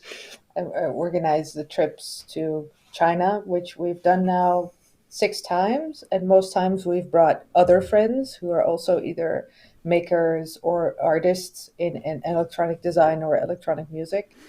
We've brought them with us, so kind of going like, look, it's not so hard. Come, just join, and it'll be fine. Yeah, it's not rocket science. I just got that. No, I'm only joking. Yeah. So this is like a Wozniak Jobs then relationship. That's what we have here. And the Wozniak, you're the Jobs. Fuck you. Yeah, I don't know. Hopefully not. But it's fantastic. I mean, that's exactly what we need. Because we struggle with this one person outfit where you have to know everything. You've got to be your own marketing. You've got to be the genius. You've got to be the marketing person. You've got to have a design flair. You've got to be able to talk to people, promote yourself, do the website. It's exhausting. It is. So to be in a situation where you can partner up and share that the load for that that's just brilliant. I mean, that's an awesome way to do it. I'm really happy that, especially for the Fenix, he works with Laudy, because also just working on the design end of this, to do this all by yourself. And I was just thinking about Soulsby, who's also very much there's one head doing everything. Yeah. And it's very hard. And sometimes it's very hard to also, just keep doing that. You need some people that can look you straight into your eyes and say, well, that completely sucks. And if we go to Superbooth, a lot of people are just like, oh, and I said, no, I want you to tell me why it's completely not what you need and what features we miss. So that's we have some of that. Sometimes we also have a lot of people whose basic complaint is why is it not black? There I feel very confident going, well, because we don't want to. Yes, deal with it. It's like, this is the origin for the Distant Rocket Science name. Is I was designing this thing before we got to Shenzhen the first time, and I was at board revision 5 or something, and Laudy was giving me feedback, and in the end I was exasperated. Just, Laudy, we're not going into space. This is not rocket science. And then the name stuck. Just having that level of feedback where things are just they're always insufficient and they're always broken until somebody decided. Yeah. I mean, something that we've lost in this year's Superbooth is that sort of quick response that people have to things, because I mean, it's been brilliant. I can't thank people like Heimbach enough for the devotion that they've put into giving people an opportunity to explain their stuff. I know, it's extraordinary. But then a lot of these people, given half an hour to talk about their products, it's not always fascinating. It's good information, but they're not necessarily a camera-facing kind of person. And manufacturers like yourselves have had to do this a lot. And it's not the same as being on a shop floor where you can go, well, just listen to this and show someone immediately how something works and have that sort of level of rapport without having to project and, this is this and this is this, and explain something. And it's hard. We've missed that visceral feedback, I think, of a show. Usually my biggest thing on Superbooth or other modular fests that we go to is basically pick someone that's walking by, grab their eyes, and then twiddle a knob or a key and go like, Come catch it. Because it's also there's a bit of a threshold that some people have to get over, and everything looks, especially Phoenix, looks maybe a bit scary and a bit much. Yeah. But just touching it, and you quite easily go like, oh, and then you can maybe talk about it and explain some things. Ideally, just you put you somewhere there and they'll enjoy themselves. But if not, then have a party with them. Yeah. We're mostly there to have fun with people. It just doesn't even matter if they're having fun with our products or with the neighbors' products. Just have fun. Just make somebody touch something. Yes, that's nice. We love doing that.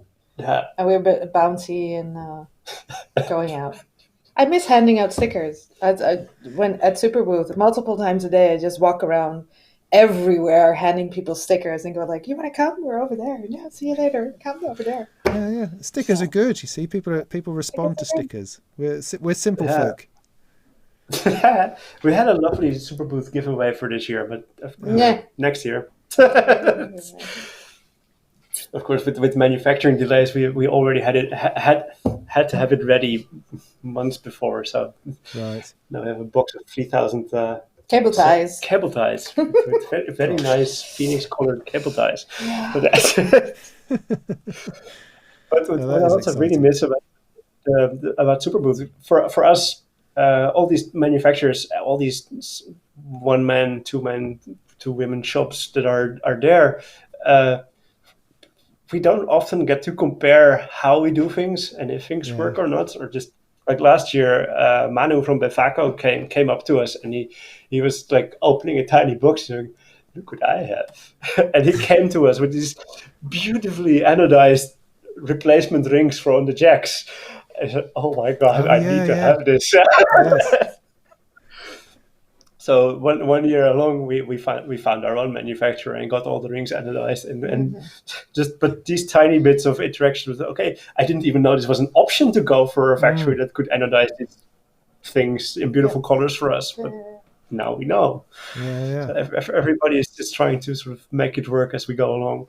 It's nice to meet all the artists and the users, but it's also very nice for us to meet the other manufacturers who are in very much the same sort of setup. Minus one person or plus one person. At the end of the crunch time, no sleep for weeks. In a very emotionally vulnerable state at the end of Superbooth.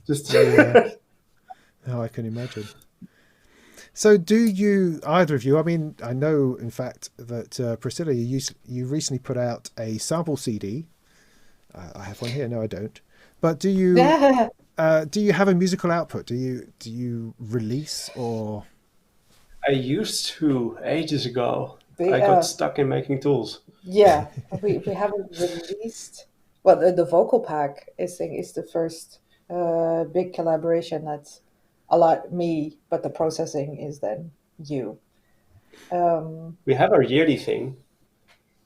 Oh yeah, we make every year for the place where we got married as well. They have a huge New Year's Eve party, which is a trance party, and we make the midnight track. So we incorporate the countdown and the last 5 minutes of the year we do. Yeah. So, this year we partnered up with Making Sound Machines. They're also starting. They came over and they made it with us, which was lovely. So the last 3 days of the year, we did just producing one track for the last 5 minutes, and just one gigantic crescendo into 2020. Yeah, nice. And maybe we did something wrong because 2020 ended up a whole lot different than we intended. Yeah. Well, now we've got someone to blame. I mean, that's always a good thing. Oh yeah, sorry. But yeah, our musical output, it's also on the Bandcamp. A lot of it is you had to be there because it's specifically mixed down for a very noisy church, and it works if you are counting down with a whole group of people. Right. So it's not. We've had another at the same place where they had a big solstice celebration where there was an festival, art exhibition. Yeah, and they asked us to, do you want to just make live music to accompany the exhibition, and it was supposed to be like maybe a 2-hour set. It ended up being 8 hours almost. 8 hour non-stop improvised modular set on nice on the dance floor. Yeah. So stuff. Yeah, I do stuff like that sometimes, and Priscilla sings. And I sing not for 8 hours. Not for 8 hours on and off. Were you able to go to the bathroom, which is, of course, the most important question? I have this tendency to forget. No, you did. I did once? Okay, I may have done. Yeah. But yeah. That's amazing. So sometimes we still do musical stuff, but it's been not as much as I wanted to. No. Can I say that? We've now been invited to collaborate on something. Okay, I can't say that yet. No. So maybe there may be news soon. A collaboration with somebody. Well, Making Sound Machines is in the chat, and he says, "Yay!" So, yay! Roland and Rika are excellent. They've been also been making some really nice modules. So I really hope they're going to be releasing some of those. This isn't Sound Machines in Italy, is it? No. They're from Germany, Düsseldorf. Germans. One of the things I'm just going to sort of put it out there so they finally release it. Oh. They have made a drum pattern generator module. Okay. It's like grids in sort of that it generates drum patterns, but it's based on a lot of more fractured rhythms, so it can create a decent groove for a hip hop beat instead of more regular things. Mm-hmm. So it really swings, and I really need the thing. So bring it out, Making Sound Machines. I know you're listening. I'm going to be checking that out afterwards. That's for sure. Yeah, that's yeah. So there's been some also partly because of Corona, some more cooperation between things like making sound machines is now regularly in the Discord channel that we host for Tinders. Of course, the circular thing has been a nice sort of forced upon collaboration between us and Bafaco. We forced it on Bafaco. Yeah, we forced it on them. It's their fault for being open Mano's source. really easygoing though, isn't he? He's a really easy guy to get on with. I think the fight now is that cause they're looking at it to maybe make it into a kit, but they're also extending it or making a few changes as well. It's going to be a sort of ongoing battle and releasing a better version every time. So now it's their turn, and then we make turn again, and then it's their turn again. Else. Yeah. We also have Tomatech in the Discord channel, and he's been working on some interesting things. Maybe you've heard of the Faust programming language? Has that been on the radar yet? Musical. Oh, maybe. Faust reminds me of some philosopher, isn't it? It's Isn't it in the Eternal Sunshine? No, it was in Little Miss Sunshine. But it's anyway. This specifically is a new programming language meant to experiment with new DSP techniques. Okay. So a lot of audio research is happening on this language and in this language. So a lot of new physical models, a lot of weird generative things. And the language has recently been optimized enough that it can run on these tiny microcontrollers. So suddenly all this gigantic body of research work can be put into a Eurek module. So making sound machines has been playing with that, and Tomatech has also been working on some of that. So I've also been prodding some new tester modules to be able to see if this programming language is maybe worth investigating. So first get it to work, put it in a module, make some sounds with it, and then push it to somebody else. And maybe somebody else can put something better on it. It's the joy of open source. Yeah, no, it is. I mean, I think this whole experience that we're going through has provided an opportunity to work together. I mean, it's certainly made me braver in approaching people with the idea of doing something like this. Just a simple idea of doing a chat. I never would have considered doing it previously, to being in this situation and thinking I should do something for Superbooth. How can I help? How can I help make it interesting or worthwhile? So I think there's definitely silver linings and interesting things which have come out of this whole experience. Definitely. I hope it may be nice to. I've read a bunch of comments of people saying, "Well, no, this is much nicer than Superbooth because now I can actually hear the machines that they're demoing, and there's much more information that I can get from this, and I don't have to do it all in one day." And that's nice, and maybe we can keep some of that aspect of it, and maybe we as manufacturers can be also a little more at ease with doing talks like this with may I suggest Hyperbooth? YouTubers or media personalities. Or the Interbooth. The Interbooth. Or the Hyperbooth. I don't know. Hyperbooth, Interbooth. Something like that. Yeah. Slow booth instead of Superbooth. Yes. So but it would be nice to have it also, of course. Yes. And not instead of. So, yeah. Yeah. Well, I know from some people who aren't able to get to Superbooth, their experience of it is online anyway. They just absorb the videos that Sonic State make and DivKid make, that kind of thing.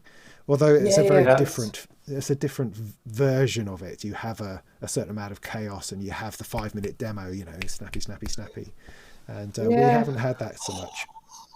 No voice out of the day. I think that sense of urgency also adds just to the general atmosphere and how everybody's talking and doing and demoing, and I like it. I love doing it. It's exhausting, but I love doing it. Yeah, so now everything has been cancelled for this year. No Dutch Modular Fest. Dutch Modular is also just cancelled, which is very sad. And we had some big music festivals in the summer, which have cancelled. Yeah. Concert, everything's meh. Yeah. And I think once we allowed to go back outside, maybe like now online things were popping up, we'll get little clusters, because in the Netherlands at least soon we'll be allowed to be in groups of 30 but no more, So maybe there'll be a weird new format that micro caters to rave. that. Yeah, tiny parties. Tiny parties, or We'll somehow groups of people in different fields, and somehow having to connect them all together. Or maybe we all run with our gear to one field, do half an hour, then run to the next one. I mean, maybe it's a next field. Yeah. Be like disinfected in between fields, though. Yeah, there'll be plastic tunnels you've got to get through. Yeah. Well, you'll have to leave your stuff behind, so each field has to have new gear every time. That would be the other thing. You just wash your hands before you can. It's going to be an interesting ride. Just, there's no. Have there been any special Corona innovations during all the other Superbooth coverage, like special protective gear for DJs? No, I don't think so. I don't think. No, we're all just in shell shock from having to not do what we normally do. I don't think anyone's come up with anything clever as far as musicians are concerned, other than faking the Zoom band experience. Of course, I mean everyone's become experts at sticking their little bits of video into After Effects or whatever to make it look a bit funny. Yeah, having whole choirs sing together. Yes. Experience like that. And we should see some of that done for real. I'd like to try that out. If you give everybody an actual clock to sync to, maybe a sort of radio channel thing. Well, no, just one person starts and everyone sings along and record exactly what happens with that. Just to see how that doesn't work. It's a bit like church singing. I think with Christmas at some point we were at an actual Christmas thing. Choir. And they had this way of singing where the organ was always a quarter beat before the actual note need to be sung, just to sort of push people into singing the right note. That can be translated to online singing quite easily. Yeah, no, my dad's an organist and he plays very much like that. He's never quite in time with anybody. He has his own sort of probability sensor within him that makes those notes come out whenever the hell they damn like, you know. That's always quite a thing. But you could base some kind of randomization or sample and hold based upon the internet latency between the different sources. There's got to be something that can be done interestingly with that. Even if you're just playing with the metronome, syncing a metronome would be much easier than actually syncing the streams. It's just it's nicer to see the chaos ensue and just people, maybe just everybody playing ambient tracks. That would work. Yeah, or everyone playing with other members of your family. That's the other thing. I'm working on all mine. You know, I've got one kid trying to learn the drums, another one trying to learn guitar. But it's it's an uphill struggle. I have to say. So there we go. We should probably think about bringing this to a close because we're going to hit 2 hours in a minute, and that just starts to feel unsociable. But, sorry, people. Sorry.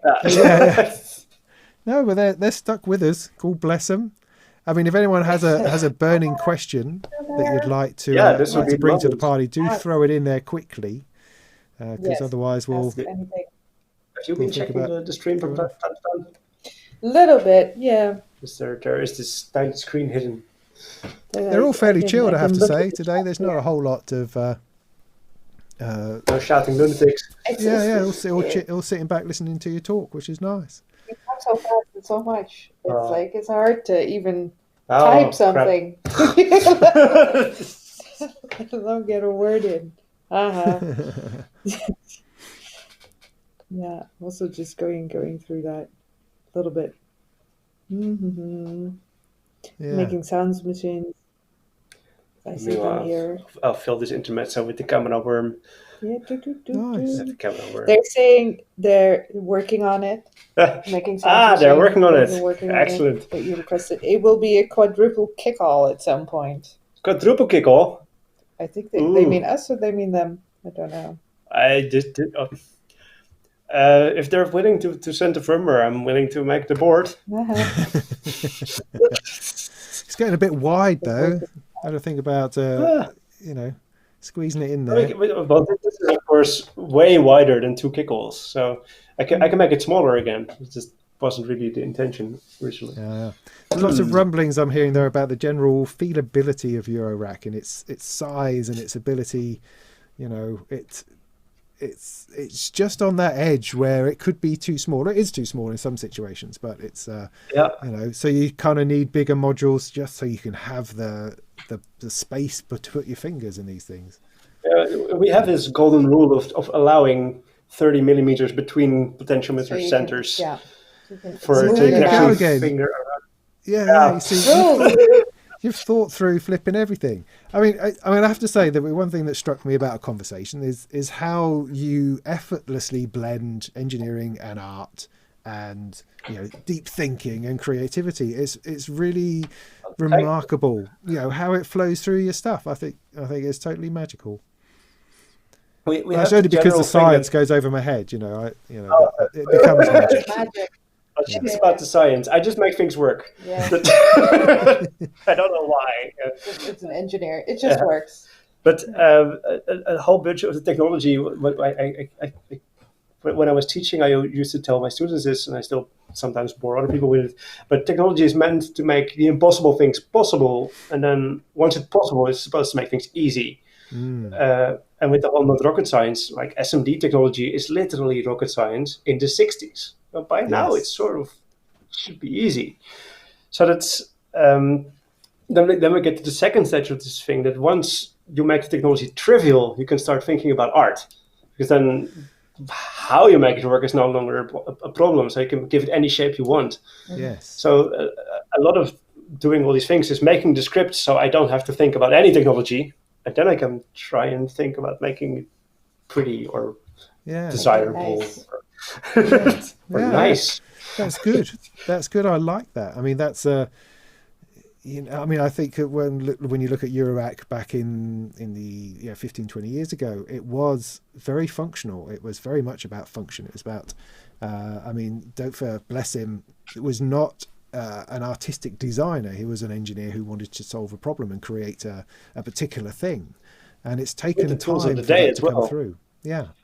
And I find these things very interesting. I mean, I get drawn down these rows of people like Qubit who make interesting modules, and there's some other people who make just stuff that I don't fully understand, and I don't necessarily know if I know how to work, but they have an interesting thing to it, whether it's an aesthetic, whether it's a color choice, whether it's a design or a name. You know, it's like what Make Noise drive me crazy with the way they talk about things, but it's fascinating, and it totally draws you into this.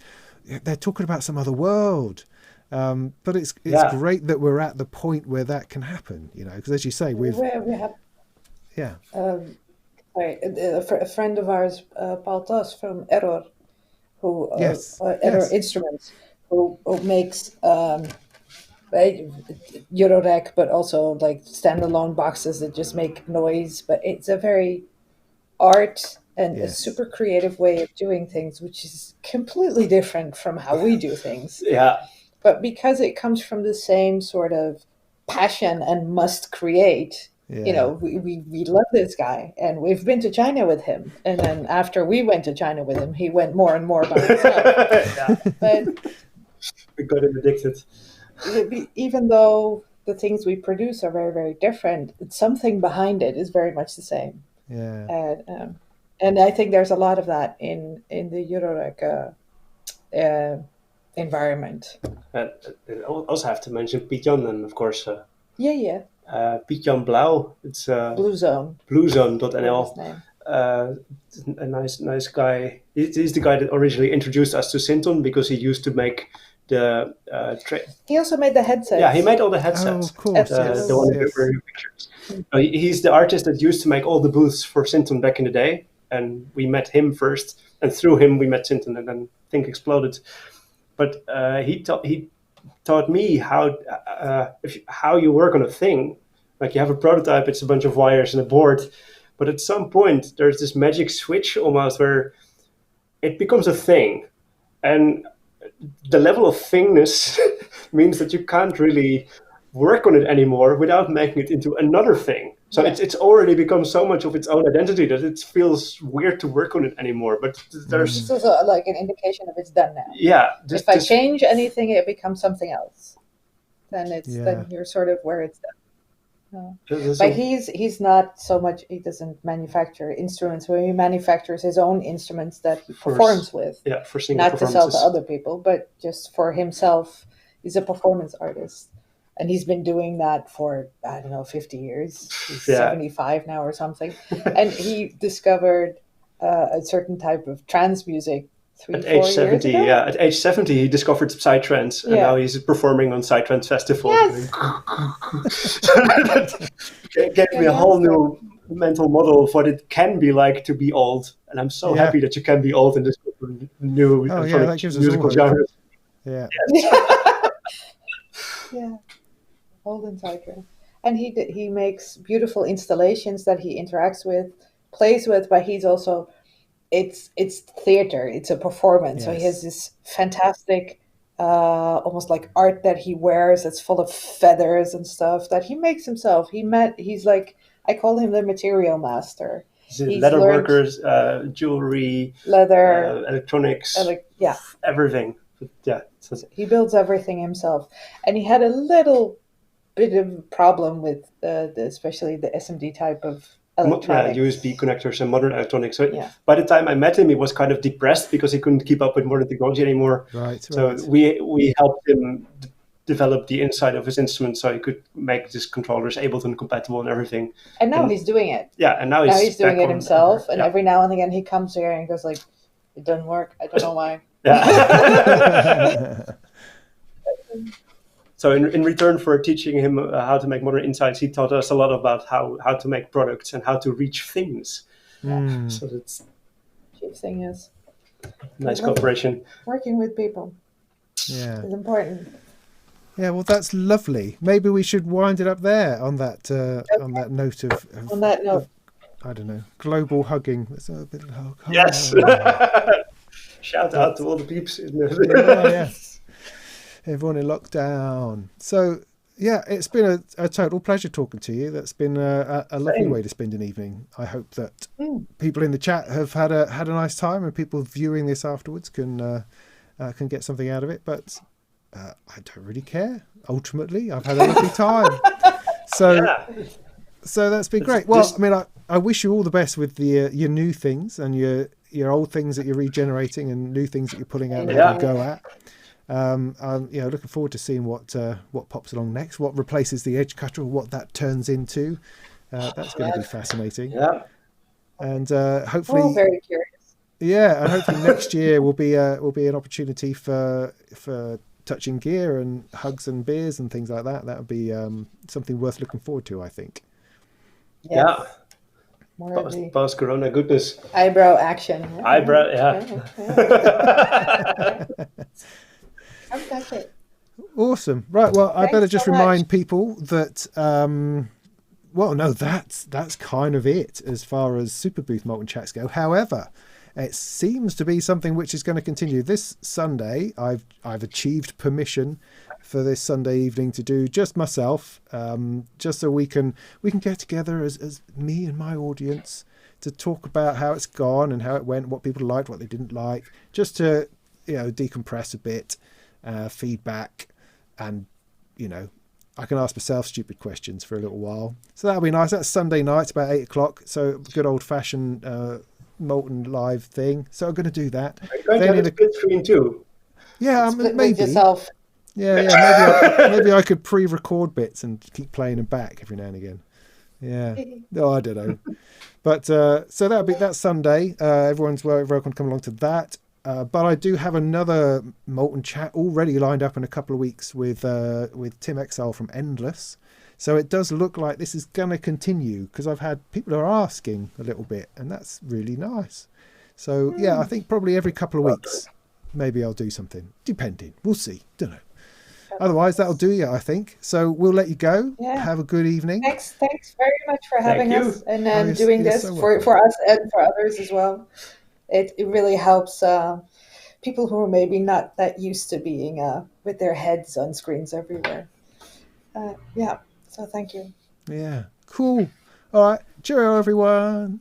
See you again soon. I'm going to click the button, and then there's that button.